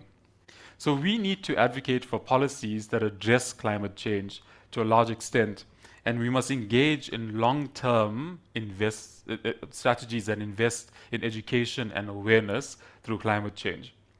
Now, by focusing on these areas, we're not only just preparing for the future, we are actively shaping it, right? So we don't want to be an industry that is concerned about profitability now. We want to create a sustainable ecosystem within each of our specific organizations where there's a legacy to leave behind that is able to withstand the future climate-related risks that might befall South Africa and the world at large. What we also have seen is that South Africa, to my mind, and I suppose I'll be quoted on it since it's going to be on camera, but South Africa, to a large extent, is a victim to all of the climate issues that are happening overseas. So let's use a plain example. The floods and the hurricanes in the US, right? There are a number of reinsurers who play in that space. And so when they lose $100 million US toward a hurricane or climate-related issue, who bears the brunt of the increases? It's us. We have, well, the KZN floods that happened, which were quite devastating, right? But not as devastating as it's seen overseas. But yet, South Africa bore the brunt of that in the sense of increase in rates and also those risks now being removed from policies altogether, or you having to pay more for it. And so if you don't do something about this gap, this protection gap that is now growing, we'll find that these climate and weather-related risks within South Africa will no longer be insurable. And so that's what I mean by we need to start working or moving toward addressing these things in whatever small way we can, so that the net effect is that things don't become 100% uninsurable. So, green management. Let's dive into the practical aspects of green management. And I've got a few buzzwords here that were quite strange. So when we talk about green management, generally we say operational green models, small steps with great positivity, investment in green supplier management, alternative production methods. I mean, all of us have heard this at some point or another. And they're not just only buzzwords. They are strategies for future-proofing our industry. The renewable sector is pegged to attract $5.7 trillion by 2050. So as insurers, I mean, that's an opportunity, right? So as insurers, we need to be ready to support or benefit from this new green action that's happening in the market or across the world. Now, when we are talking about greening the workplace, we want to bring the discussion a little bit closer to home, right? Our offices. And it's not just about reducing the environmental impact, but it's about creating a healthier, more efficient and sustainable working atmosphere. So we're looking at things from energy efficient suppliers to our companies, from water conservation to alternative transport. And so these changes can make a big difference in incremental steps. Now, Zurich Insurance, for example, has reduced, and this is absolutely blew my mind when I read it. They've reduced their carbon emissions across their insurance operations by 73%. I mean, that's just small steps, changing how their buildings are heated, changing how well the water supply is, like I said earlier on, obviously reducing paper use, reducing flights across the world, because there's also carbon that's involved in that and all gets attributed to your company. And so in an industry that's all about managing risk, what better place to start in our own offices? Now, the downside of going green. The downside of not going green, if we do not go green, right, we have to consider what's going to happen to us. And it's pretty clear, not pretty clear, and again, in the research of this, I struggled to find the link, and then it dawned on me where these sort of aspects fall. You will end with unemployment, right? Poverty will increase. There'll be business instability, and the most obvious one is environmental decay. And these aren't just social issues or environmental issues, they are risks that directly impact our industry. 55% of the global GDP is dependent on high-functioning biodiversity and ecosystem services. And if we don't preserve these systems, we're undermining the very foundations of our economy. And moreover, the increased frequency and severity of natural disasters associated with climate change is going to be more difficult for insurers to predict the likelihood of future losses accurately, and also for them to price appropriately. And so it hits our customers as well. Already we have customers who don't believe in insurance. A case in point was the 32-year-old young man from KZN whose Touareg was stolen from a dealership. It was brand new and was not insured. People are just not going to market in order to have their possessions insured. And so from a insurer point of view, or an insurance sector point of view, we have to connect all the good things that we are doing with the people or the markets that we want to service so that they continue to come to us. And stop seeing insurance as a grudge purchase. Now, the benefits of green management. And I'm going to end on a positive note. So these are quite significant, right? Improvement of health incomes, you have the protection of biodiversity, there's sustainable economic growth, there's new product opportunities, and they're not just feel-good outcomes, right? They are pathways to a more stable, profitable, sustainable insurance industry. And by developing innovative insurance products that incentivize climate-related prevention, we can reduce the physical risk exposures of insured losses. Now, this can be a key tool to maintain the future supply of insurance with coverage against climate-related hazards and help reduce the climate-related insurance protection gap that is now widening in South Africa. Now, I want everybody here to remember that green management isn't just about reducing risks, right? It's about seizing opportunities, which you've seen through my talk. And we're not just protecting our businesses, we are positioning our businesses for a rapidly changing world. Thank you very much. Acknowledgements.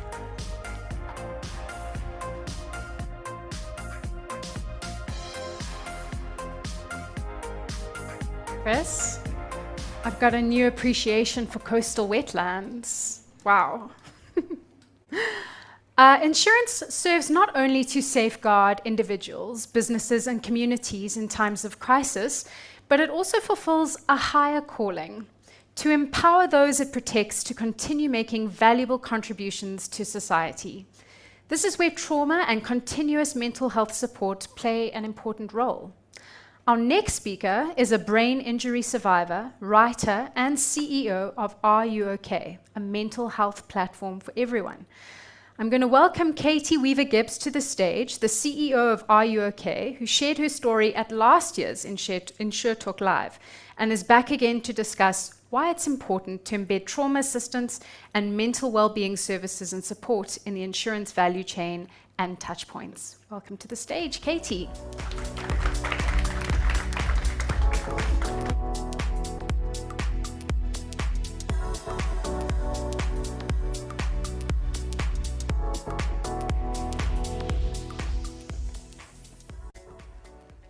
Well, thank you for having me back. And actually, it's only in South Africa I ever get called Katie. Everywhere else in the world I'm known as Kate, but South Africa I get called Katie, so that's quite nice. Following on from Christopher's talk, my disclaimer is that I'm partially blind.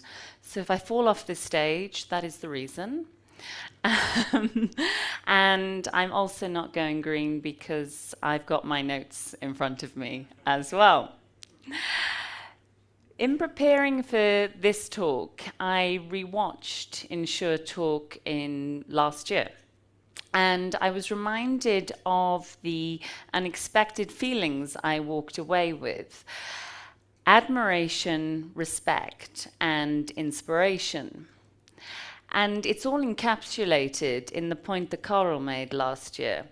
Insurance is founded on relationships, and without insurance, society literally cannot function.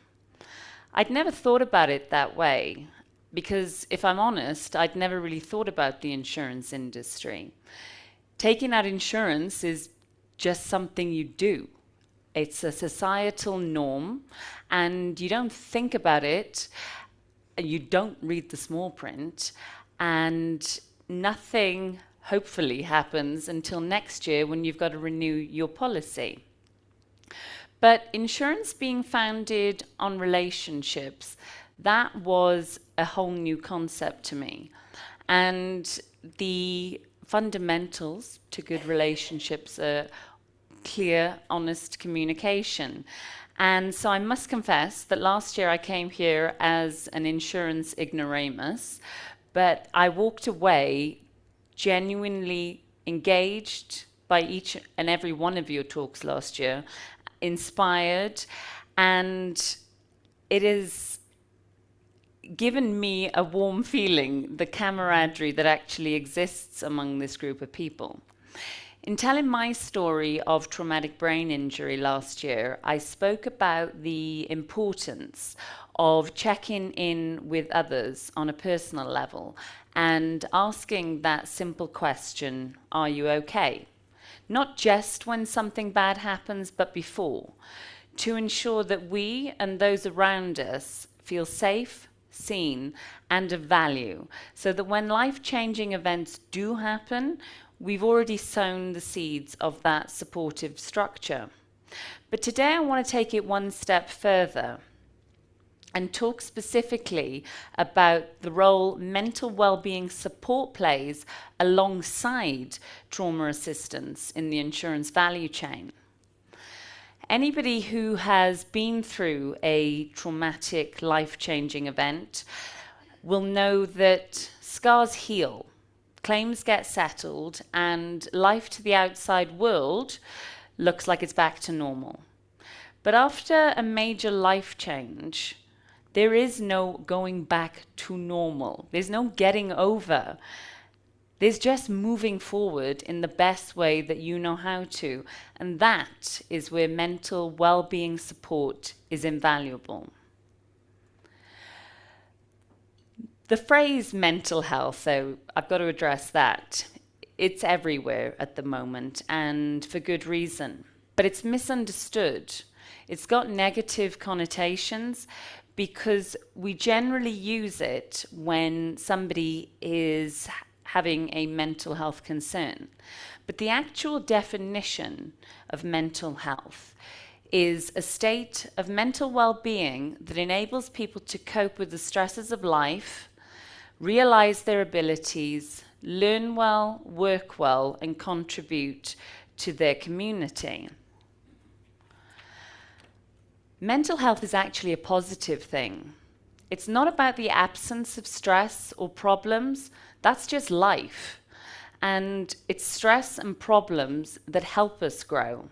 But in order for us to realize our potential and make that contribution to society, we need to safeguard our mental health so that when those life-changing events do happen, they land on our doorstep, we're armed with the tools that will help us take control when life feels completely out of control. And life can feel out of control a lot of the time, even when we're not going through our own personal traumas.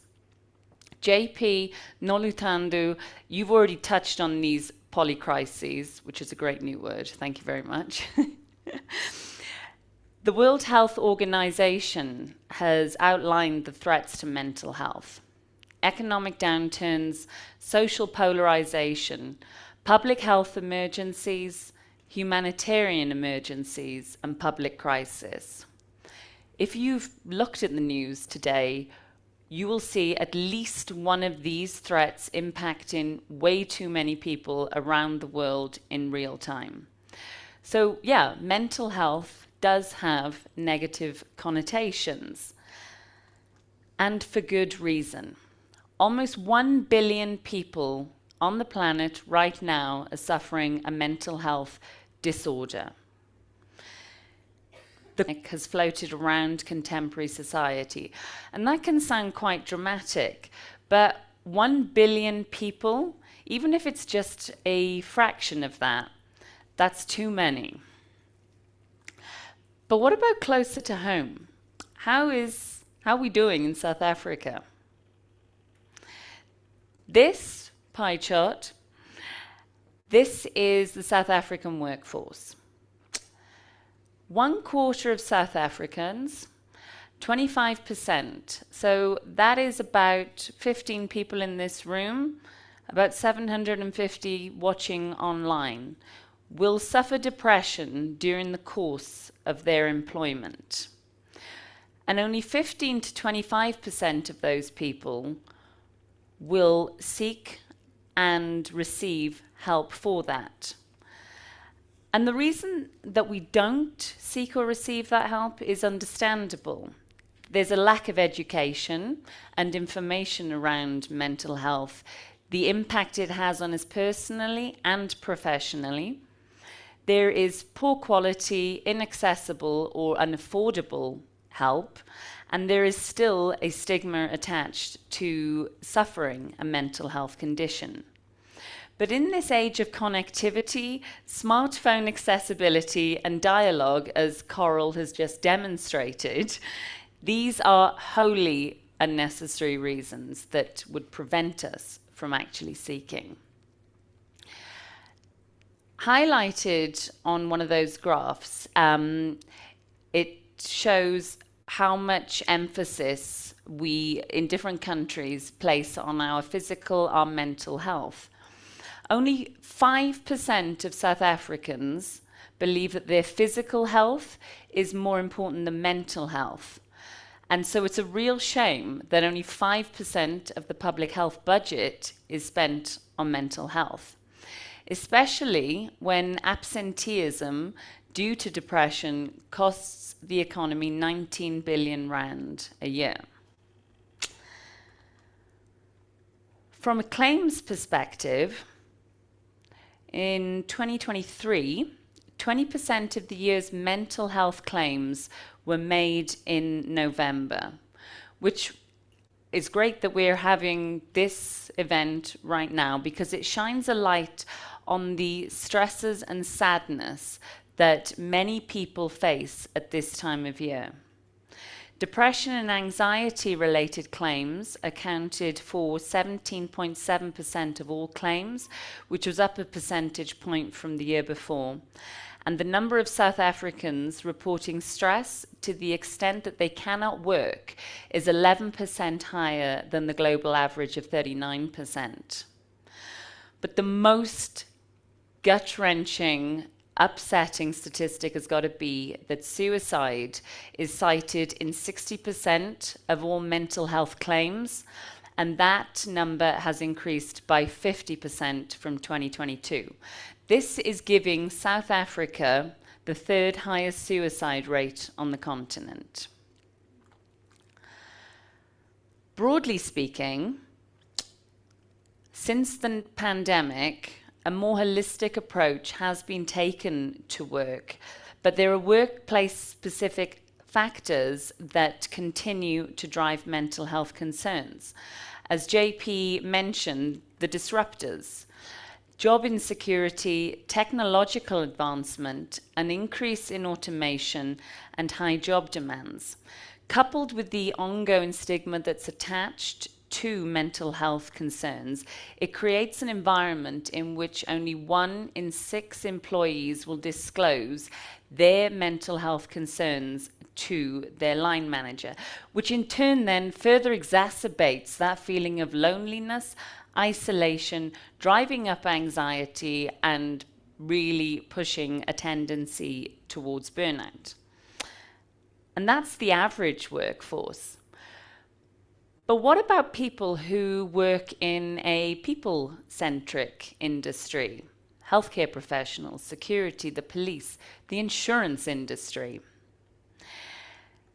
Say you're an assistant service provider or a claims professional. You are generally the first point of contact that someone who has just been through a traumatic or life-changing event is going to have. You're the person that's going to help them. You're the one that's going to answer their questions, absorb their frustrations, deal with their sadness, their anger, because it's your job. But you're human as well, right? And while empathy is an incredible characteristic that enables you to connect with other people and build client relationships that forge loyalty, it's going to have a detrimental effect on your mental health too. I sat in on a Zoom talk recently, mental health in the claims industry, and the subject of vicarious trauma came up. And vicarious trauma, we've all heard the phrase living vicariously through somebody else. But vicarious trauma, it's not something that is happening out there in the world and that has got glamorous connotations that go with it. Vicarious trauma is happening now. It is happening right now in this room, and I dare say that many of you have experienced it yourselves. But it is not all bad, I promise, because the theme for World Mental Health Day in 2024 is mental health prioritization in the workplace. And those steps towards a healthy, happy workplace, they're not hard. We just actually need to take them. If almost 80% of South Africans consider their mental health as equally important as their physical health, we should be promoting them as being equally valid. We need to give them the same priority. If your colleague was suffering an asthma attack, you would rush to find help. You would be present until they were calm and they were safe. You would tell them, it's okay, take your time, that task can wait. Why don't we show that same level of awareness and care to somebody that is prone to having anxiety attacks? I spent my 20s avoiding situations in which an anxiety attack could be triggered. I would ensure that I was always the driver everywhere, so I wouldn't have to sit in the back seat of a car. I would keep a supply of beta blockers on me when I traveled, just in case. And I had a meticulous pre-travel routine to ensure that I was okay to be confined in a space for a long period of time. But avoidance and medication only got me so far.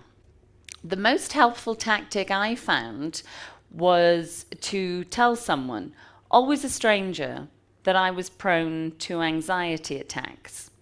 And invariably I wouldn't have one, because there's something about sharing one's vulnerabilities with a stranger that is quite calming.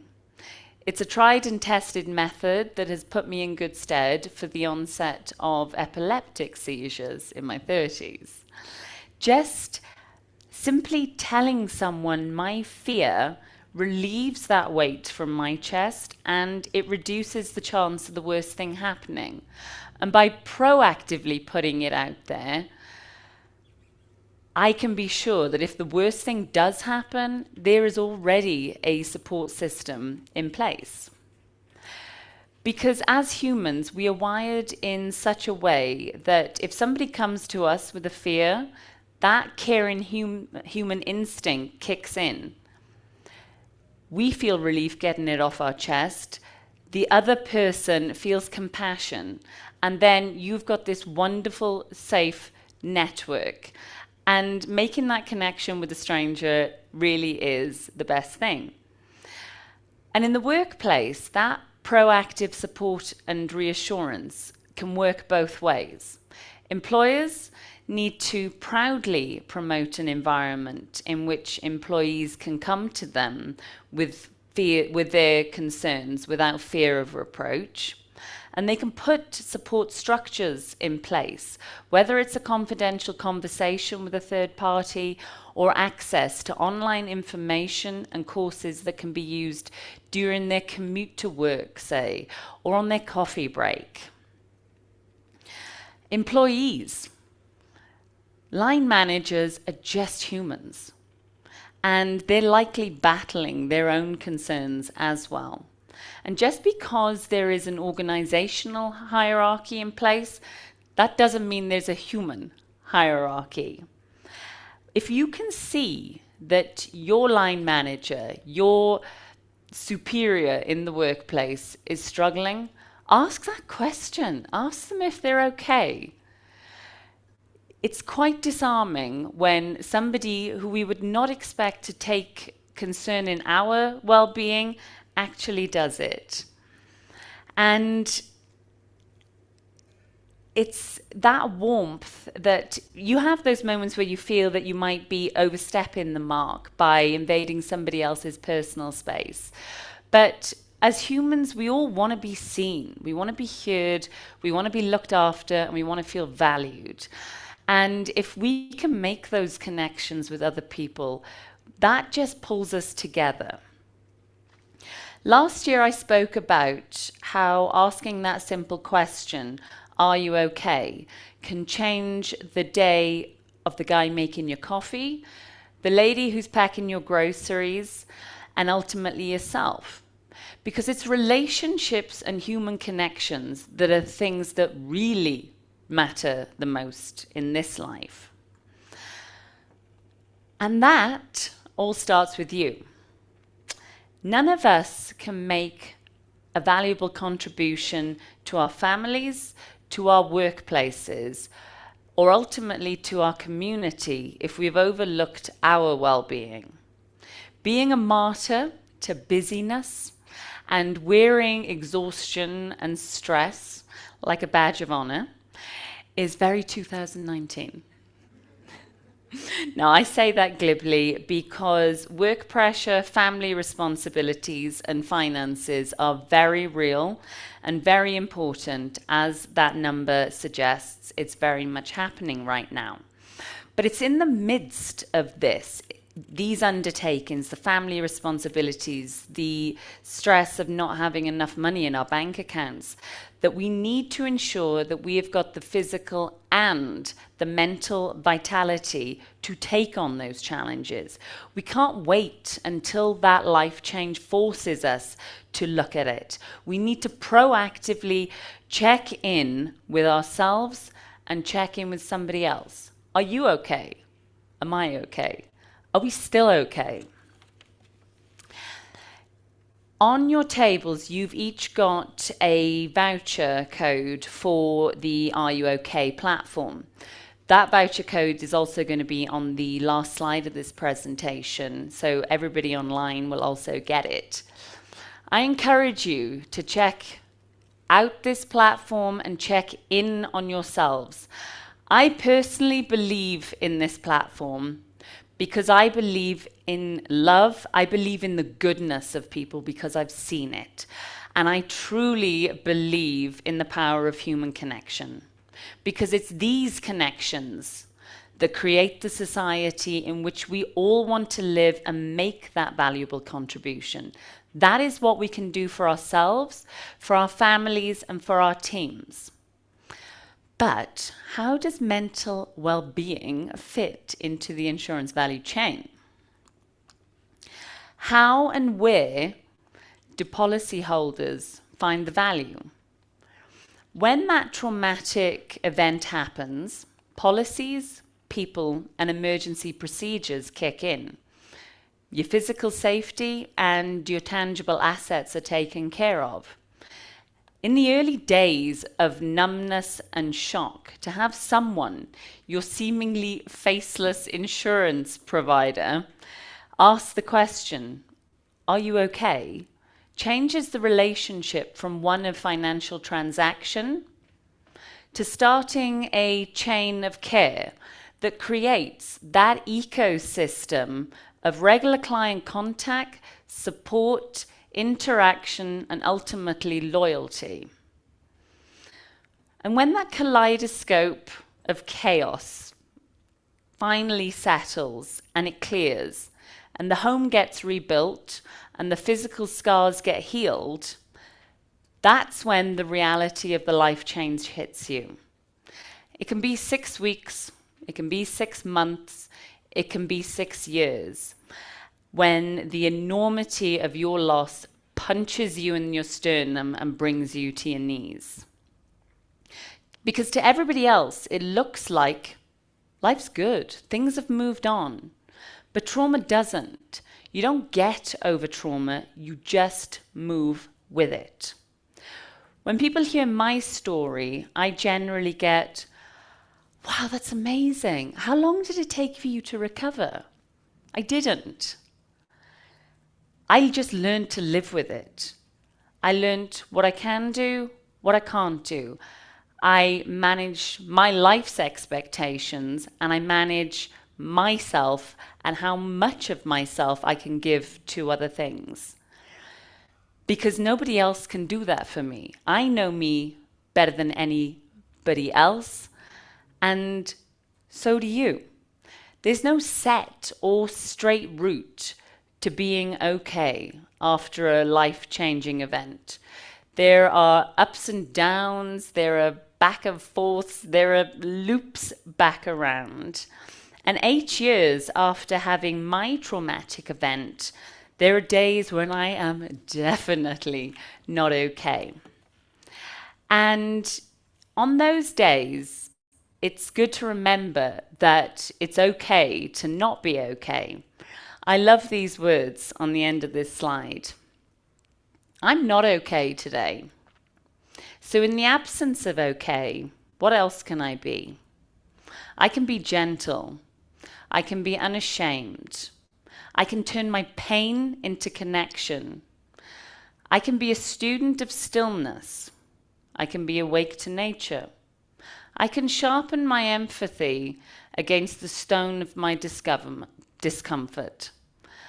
I'm not okay, but I am many worthy things. And when we're not okay, there is actually accessible, affordable, and anonymous support thanks to that faceless insurer. But why should you, as the insurance industry, take responsibility for this? It's easy to say that more of the public health budget should be spent on mental health. But let's rather own it. There's a strength that comes from owning the problem rather than trying to pass it off onto somebody else. Let's take ownership of our own mental well-being and empower our colleagues and our clients to do the same.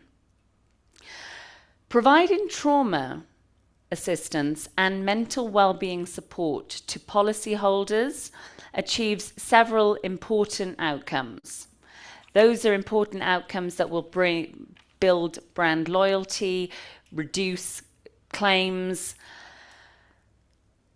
And Wimpy has said it the best. Empathy is the key to unlocking client insights and meeting their needs with game-changing products. Global Choices has put this into valuable action with their trauma assist services. But offering mental health support takes that to the next level. But ultimately offering trauma assistance and mental well-being support speaks to this industry's higher calling, to empower those it protects to continue making a valuable contribution to society.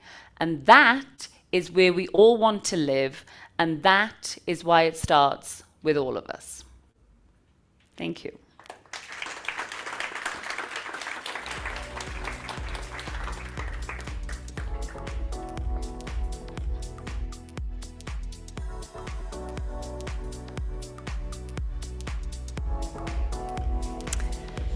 Thank you so much, Katie. That was so inspiring. I think we're all moved to be a little bit more compassionate and a little bit more vulnerable. So thanks so much for sharing that with us. I wanted to take a moment to make sure that everyone here knows about the InsureTalk CPD portal, InsureTalk.co.za. You can download your CPD certificate there. You can register once off, and all your InsureTalk CPD certificates for the 2024 series will be listed there throughout the year. Makes it so much easier to reach your CPD target. You can also catch up on all the previous InsureTalks by simply going to the content portal. The InsureTalk CPD portal allows you to join from anywhere on any device. You've all seen that today. And the CPD Hub also lets you view sessions after the live event and earn CPD hours when it suits you. So make sure you visit InsureTalk.co.za. Go and check it out. Now, as professionals in the insurance industry, you guys know all about red tape. Things like FAYS, TFC, POPI, to name a few. Our next speaker is going to unwrap the red tape, or at least help us appreciate why we need it and how it benefits not only us, but our customers. Siyake Masiye, Legal Disputes Manager and spokesperson at MyWay, leverages his academic and legal expertise to lead the disputes department, achieving an impressive 6% overturn ratio and earning 6 CEO awards in 8 years. So come on up and unwrap the red tape for us, Siyaka.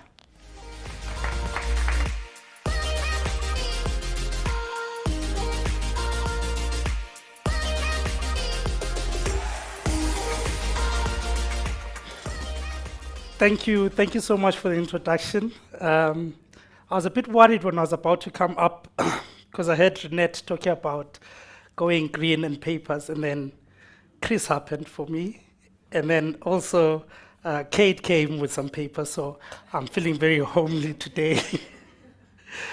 As already mentioned, I work at MyWay in the Legal Disputes Department. I work in a bigger group called Governance, and I guess all of you know governance. We are the people that are not really liked the most because we are seen as that symbol of red tape. The term red tape itself refers to, excessive bureaucracy, rules and regulations, things that really will slow down action. We're always seen as those people that are forward thinking. We've been talking about the journey to going green and these innovative things that we're talking about.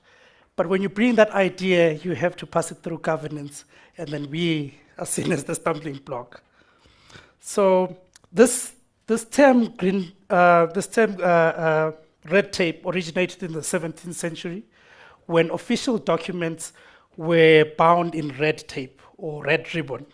This was done to signify their importance. But over time, it's gained this reputation of symbolizing something that's frustrating and dealing with complex, time-consuming, and in most times, unnecessary administrative processes. Like she already mentioned, when you think about red tape, things such as POPI, TCF, FAYS, and all those other things come to mind. So it's my I hope today I will try and change your perception of this red tape. The thing is, once you start understanding why a law exists, you will stop seeing it as red tape. The problem is that most of the time is we don't understand why laws are there, and that's why we end up seeing it as red tape. So like I said, I'll start from the very basics of basics. I don't have my clicker.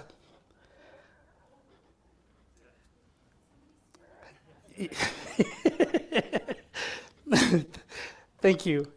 Well, this slide I was simply just introducing governance, that as governance, we are that department that ensures that we do business in such a way that it's in line with the law. So it's not just us being frustrating or difficult. And then I also touched about, this is where the term red tape came from.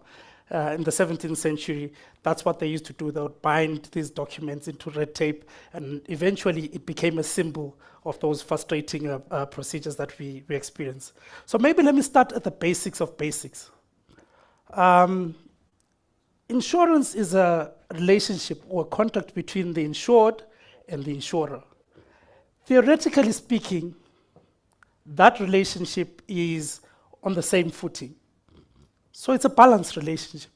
I say theoretically deliberately because we all know that the vast majority of South Africa doesn't really understand insurance. In fact, we've got a very low financial literacy rate. And as such, that means the insured is always on a vulnerable, in a vulnerable situation in this relationship. So we, the people in the know-how, that's in insurance, bear the biggest responsibility in this relationship. And this is why you find that insurance is highly regulated. There's so many things, so many hoops and jumps that you have to get through to just simply do simple business. Now, so what I'm going to just try and do is illustrate that because we've got that bigger responsibility from the beginning of this relationship, from the point of sale to the subsistence of that relationship, whether it's updating a policy, it's processing a claim, to eventually cancelling the relationship or terminating the policy, there's a lot of things that you might view as red tape. But like I said, I'm here for selfish reasons because I'm from governance. I hope today I'm going to convert you all and you start looking at us in a different light. I see a couple of smiles, so I think I'm winning. All right, I'll give you a story, a personal story that I went through. When I was young, I vividly remember my father having a conversation with a broker. He came at night, and that really annoyed me because usually that's the time when we generally bond as a family. You're having supper and you're watching TV. I was relegated to a corner to watch the TV while it was on mute and relied on the subtitles while they went on for 2 hours. So for 2 hours, this broker was breaking down for my father, explaining what goes on in this insurance contract. Fast forward to today, the year 2024. Not only can you conclude a contract of insurance over the phone, a few clicks on your cell phone can conclude an insurance contract in under 10 minutes. Some say they can do it in a minute and a half. I haven't tried it yet. I don't know if they're compliant, but but what I'm just illustrating here is that the future has arrived. The technology and innovation has brought such ease of contracting, but then there are those amongst us, those counter-revolutionaries. You call the compliance officer, the risk manager, the corporate legal eagles. These people seem to be the red tape police, and they seem to always, stifle these ideas that you come up with.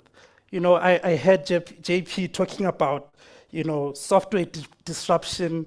I heard a lot of people talking about digital transformation and all these things.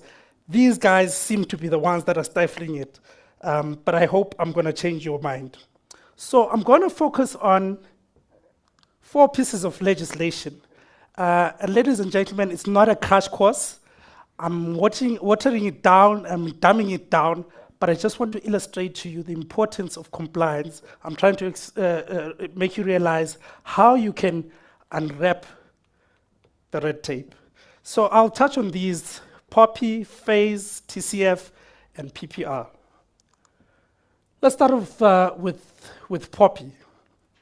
Now, some call it POPI, some call it Popeye, Potato, it's all the same.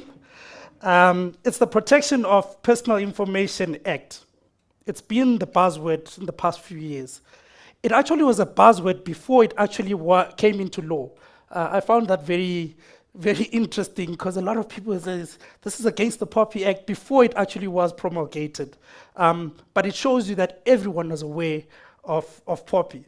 Now on my slide here, I'm illustrating the importance of personal information. If without personal information, because we know personal information is a very important metric in calculating risk and premiums. Without it, would be going back to the olden ages where an old man with a brand new Mercedes-Benz pays the same premium as probably a 19-year-old with maybe a cheaper car, a relatively cheaper car. That's because in those days, we wouldn't maybe look at the personal information that they have. My point is, I'm illustrating that even I, as a person that works in governance, understands that personal information is very, very important to calculate premium and in turn, to calculate risk and in turn calculate premium. Your compliance officer understands it, risk manager understands, everyone in governance understands it. But personal information should only be used for what the data subject intended it to be. By data subject, I'm referring to the client. So when a client gives you that information, you need to use it for that purpose. And as responsible parties, and that's what we are referred to as in POPI, as responsible parties, we should safeguard this against the misuse of the data. This was another illustration of an older woman who's got life cover paying the same premium as a young woman, just to emphasize the importance of having that personal information. Now, in a nutshell, what POPI basically talks about is that, first of all, you need to illustrate to your compliance officer. Let's say you come up with a brilliant idea that touches on personal information. What you need to do is you need to convince them that the manner in which you collected the data is lawful. You can do that by contacting the client themselves, which is the data subject, or you can consult a third party who has the consent from the original owner of the information, or you can illustrate that this is public information, so it's nothing that's hidden, it was out in the open and you simply just took it. Secondly, you need to illustrate that you're going to use it for the purpose that the data, for processing that data. What comes to mind is, and it's funny that I say this as a person in insurance, but don't you hate those annoying phone calls where the same company keeps calling you, say, we want to offer you insurance, and I keep on telling you, I told you I don't want insurance. And that's because those insurers are actually keeping that information longer than is necessary. Once the data subject tells you that they don't want to be called, you need to then delete it. 3, retention and deletion of data, which is basically what I was just touching on. Information must not be kept any longer than necessary for the processing. But the last, I think, is the most important one. It's data security. Now, you need to have security measures to prevent data loss or damage or unlawful access to personal information. I think we all are aware how much you can do with personal information. While it can be used for good, it can also be used for bad, and that's why we have the POPI Act. Also, in this day and age where we've got third parties that we as insurers will be interacting with, I know you store your information in the cloud, for example, you need to have a contract in place with such third parties, because the danger is, while you're storing that information in the cloud, who's to say that the third party might not misuse it?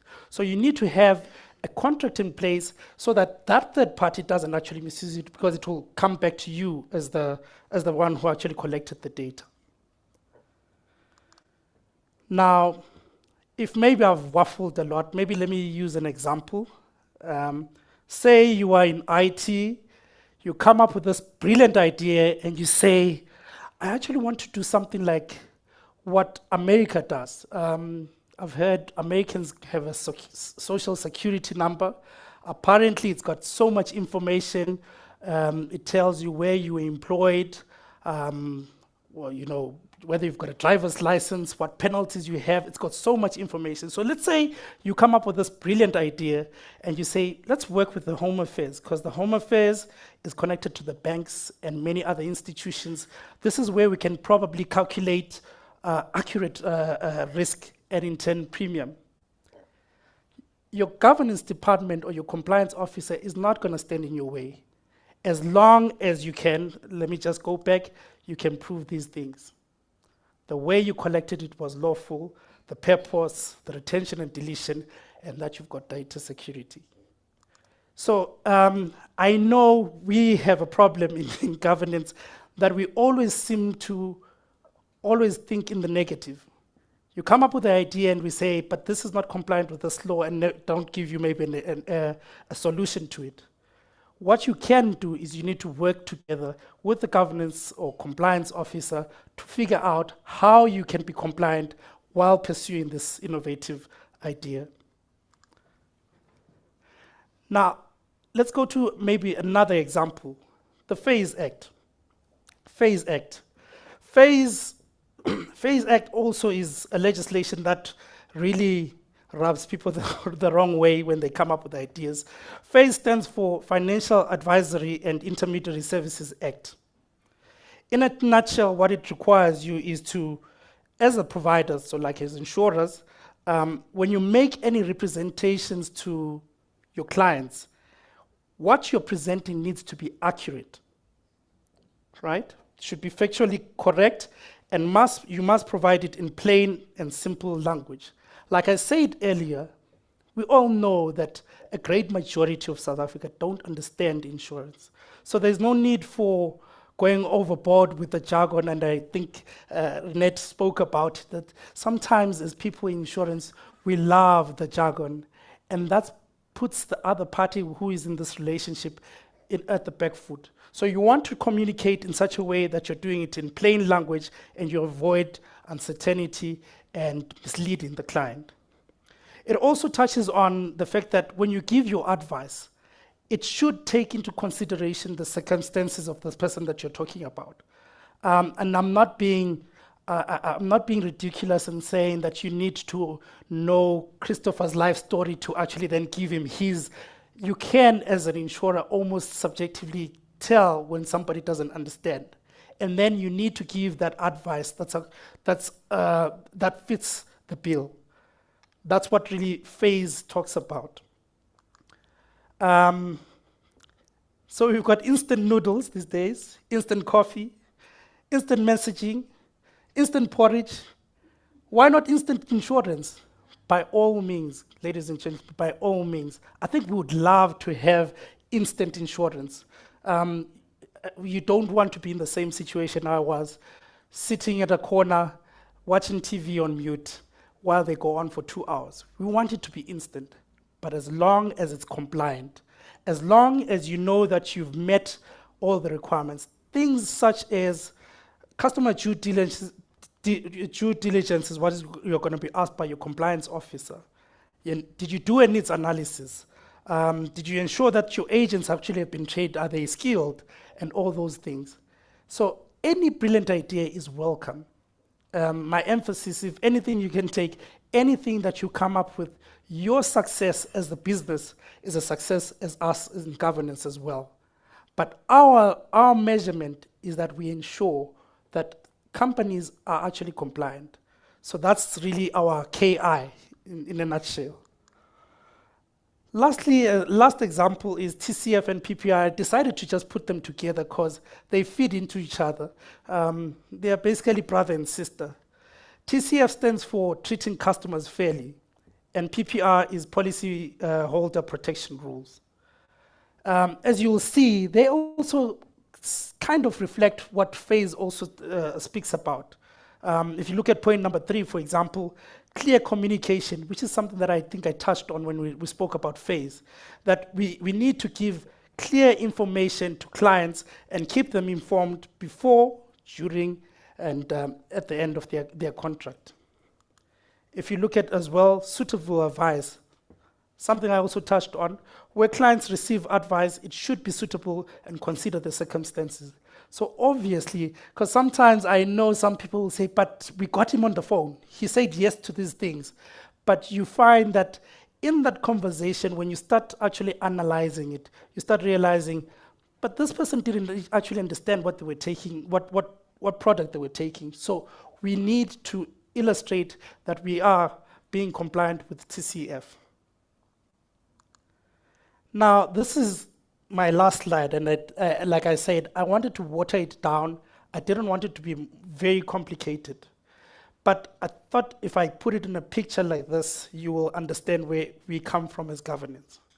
The light bulb there signifies the bright ideas that you've been speaking about. I saw the theme today is green journey that we're going on. So obviously there are a lot of innovative things that we're coming up with, brilliant ideas and so forth. Now, that's the idea. Now the red tape, and I deliberately painted it blue so that I've unwrapped it and stopped looking at it as red tape, is that road that leads to the implementation. That is really the red tape, which I hope I've unwrapped. But in your way is going to be the compliance officer, the corporate legal person in your institute. Those are the people that are going to help you maneuver and go around the loopholes or the hurdles that you're seeing. But they will ensure that you are actually compliant and you are treating our customers fairly. Because the biggest issue that we have is that as insurance, I think we all know, we have this reputation of being the industry that wants to take but doesn't want to give out. And this is why we work as the soul and the conscious of the industry. We will ensure that we've done everything to the T, not to frustrate you, not to delay action, but to ensure that we are good corporate citizens. I thank you.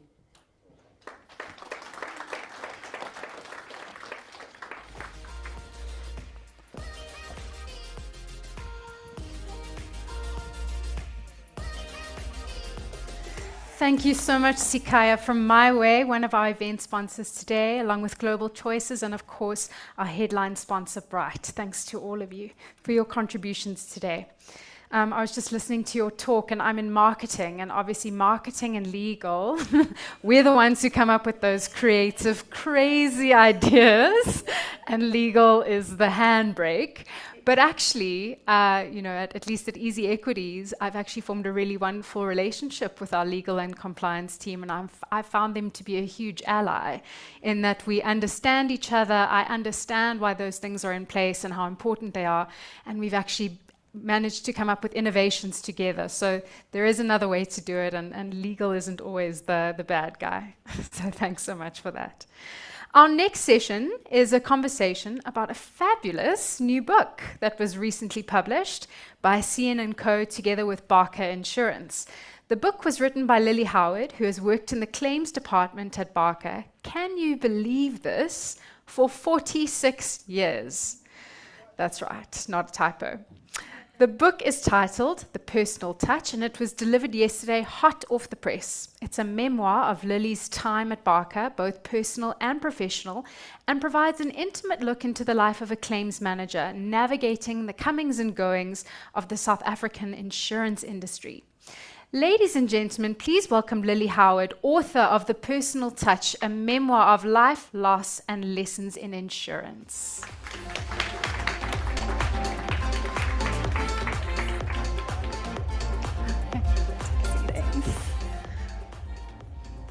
Lily, I've got your book right here. Everyone check it out.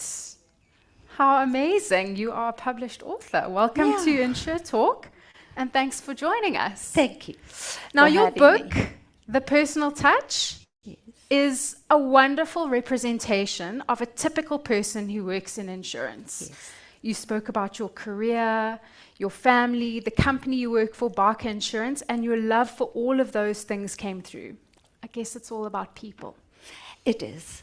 It is all about people. Yeah. So let's start with how and why did you get involved with insurance in the first place? Well, purely by accident, actually. I don't think anybody in matric has ambitions to join the insurance industry. But anyway, I worked temporarily for Legal & General, that company. I don't know whatever happened to it, but it was a big company at the time.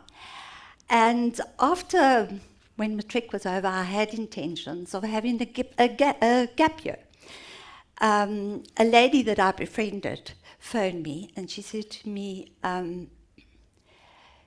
the manager wants to interview you. Won't you come in for an interview? So she said, we have a position for you. We need you here. So I wasn't over the moon about it. But I thought, well, if I'm going to have a gap year, I might as well earn money. So I went in and started working there and stayed. I stayed until I was 7 months pregnant with my first child. And then I stayed home. I was a stay-at-home mom and had 3 children, one after the other. And then decided enough. Coincidentally, Liz, my sister who's sitting over there and trying to disappear, she phoned me and she said her and Ken Barker had started a business, and Ken's wife, and she said, you know, we could do with you. Why don't you come in for an interview? Come and have a chat with Ken. So I said, well, okay, but I can only work mornings only. I've got my children. I've got to fetch them from nursery school. So she said, well, go. Anyway, I went for my interview and then chatted with Ken and assured him, you know, you're so full of yourself at that age. I said, I will do in the morning what anybody else will do the whole day. I have to work mornings only. Anyway, he gave it a bash and he said, okay, fine, you can start working. If you're anything like your sister, you'll be fine. You'll be fantastic. So that's how I started. Yes. Oh. I never stopped working. That gap year fell by the wayside. Did you stick to mornings only? Only until my children were older, Okay. catching buses on their own.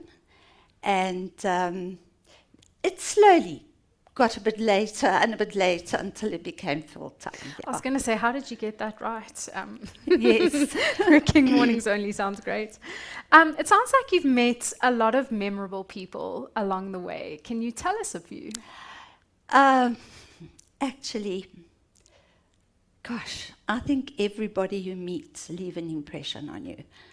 I can't really, you know, there's people I still know that had a major impression on me, but not anybody that the one person actually that had a huge impression on me was when I was a teenager. I was always a year younger than everybody else in the class, and she was older, and when she decided to befriend me, I was most flattered, but then she turned me from a shy, reserved little teenage girl, plain, nothing exceptional about me, into someone with courage. She had an audacious sense of humor. We're still in communication with each other. We're both grandparents, and I live a great part of the year in Australia, and she's got a son that lives in Australia, and she's presently living in Ireland. So she comes and she visits her son, and we have these great reunions, get-togethers. So she was the person that changed me as a person in a very impressionable time of my life. And there were lots. There's a few people. There's a young lady that started an organization called Growing Champions, an amazing organization. She has underprivileged children, teenagers, children that have been abused, and very unhappy childhoods. And she gathers them on an irregular basis. They have, her name is actually, I'll tell you what her name is. Her name is Samantha Tawil. I'm not quite sure what her married name is now. But she comes from the boxing family. I don't think anybody here is old enough to remember all the boxers, the world champion boxers from the past.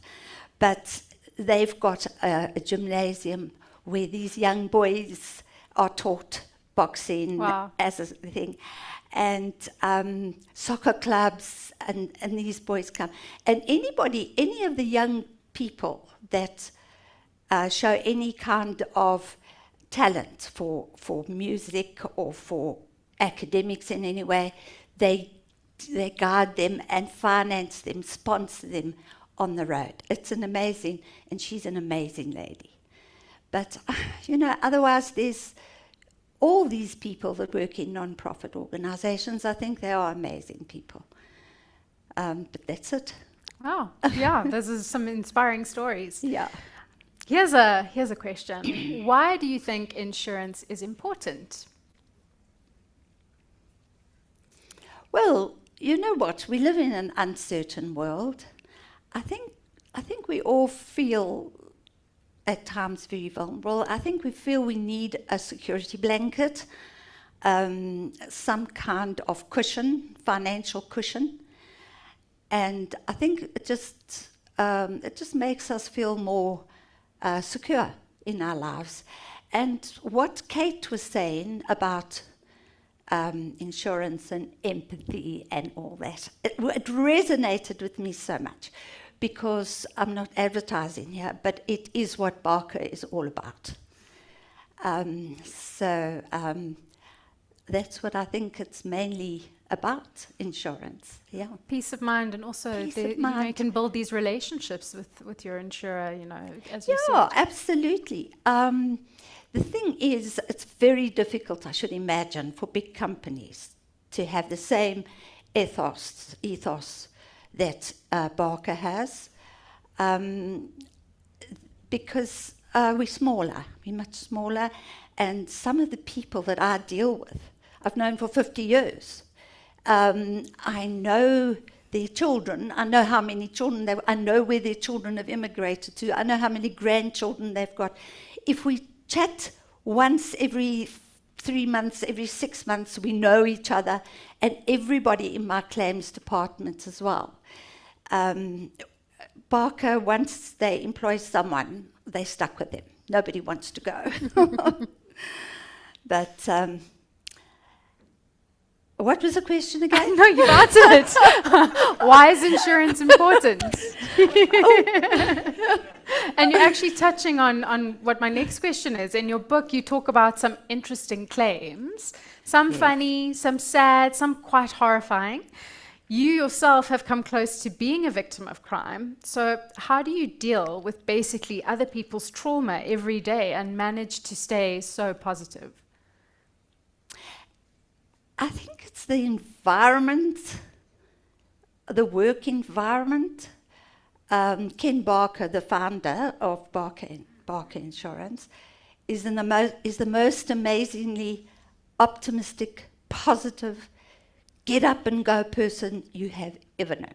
It's infectious, eh? Yes, very infectious. And fortunately, his wife is the steadying influence. She keeps his feet on the ground, so they make a very good team. And you can't help but catch on, as you say, very, very contagious. Great. You're still working in a job at Barker's that you've held for almost 50 years. Plus, you live on the other side of the world in Sydney, Australia. How long do you plan to continue? To be honest, I don't plan. I don't plan, particularly when you get to my age. We just need to, I just like to live each day in gratitude, really, for the next day. My mother both my parents lived into their 90s, and my mother every morning used to say, "Thank God for another day," you know. So, you know, we'll see. I write all the time, actually. I wrote as a young girl. I had diaries that we couldn't dispose of. There were so many of them, because as a very young girl, I read the diary of Anne Frank, where she started each evening saying, "Dear diary," and outpoured all her girlish concerns, and which were very serious at the time. But Yeah. and then when I was a stay-at-home mom, I wrote a lot of articles for in those days magazines were in their heyday, and I sent reams all about motherhood, in-law problems, all that. Do you have them still? I'm a new I mom. got rid I of would them love at the some advice. stage. I can't remember with all the moving. And some of them actually got published. Not all of them, not many of them, but some of them did. And then later on in life, I decided, that was at the time just before 50 Shades of Grey came out. I like where this is going.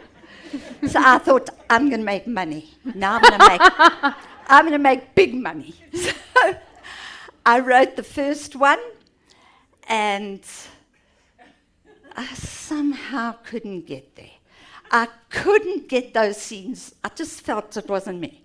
So, but I'd finished the book, and it's actually still on Amazon, on Kindle. Amazing. Yeah. And then I thought, no, that's not good enough. Let's try again. So I did the second book, and that was a little bit more spicy. But again, it wasn't anywhere near 50 Shades of Grey. So I never made big money, and I gave up. I thought,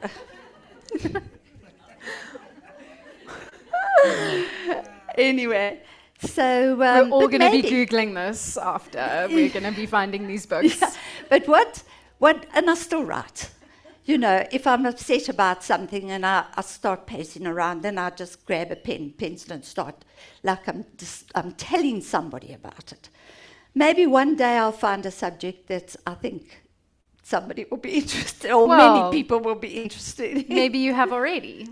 Maybe you have already. Yeah, that wasn't fiction. That was me. Yeah, I think the best stories are, though. They're real and they're personal.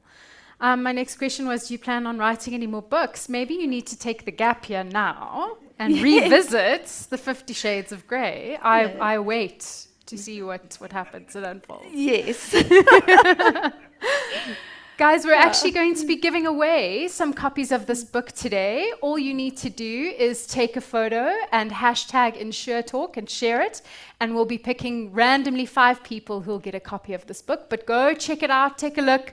I'm definitely now going to read this book. It sounds very when interesting. Rhett at Barker's read it, he said to me, "Oh, but it's so short." So I said, "Well, it's not a spellbinding subject."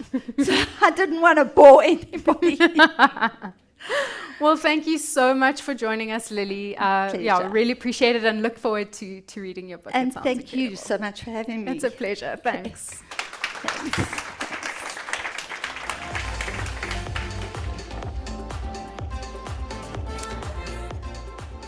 Right, that concludes our InsureTalk for today.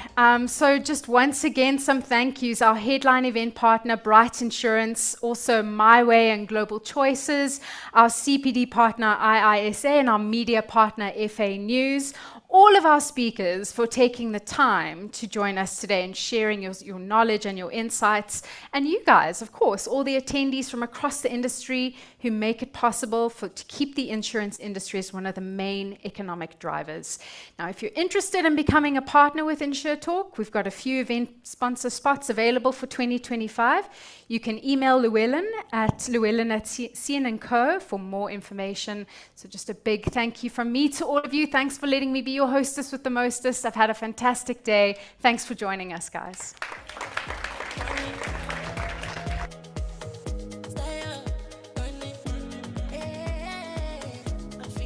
just wanna taste. Got the feeling you don't wanna wait. I know that you want me here and now. Know you wanna party, listen to your body. I want to get naughty. Girl, I really like the way you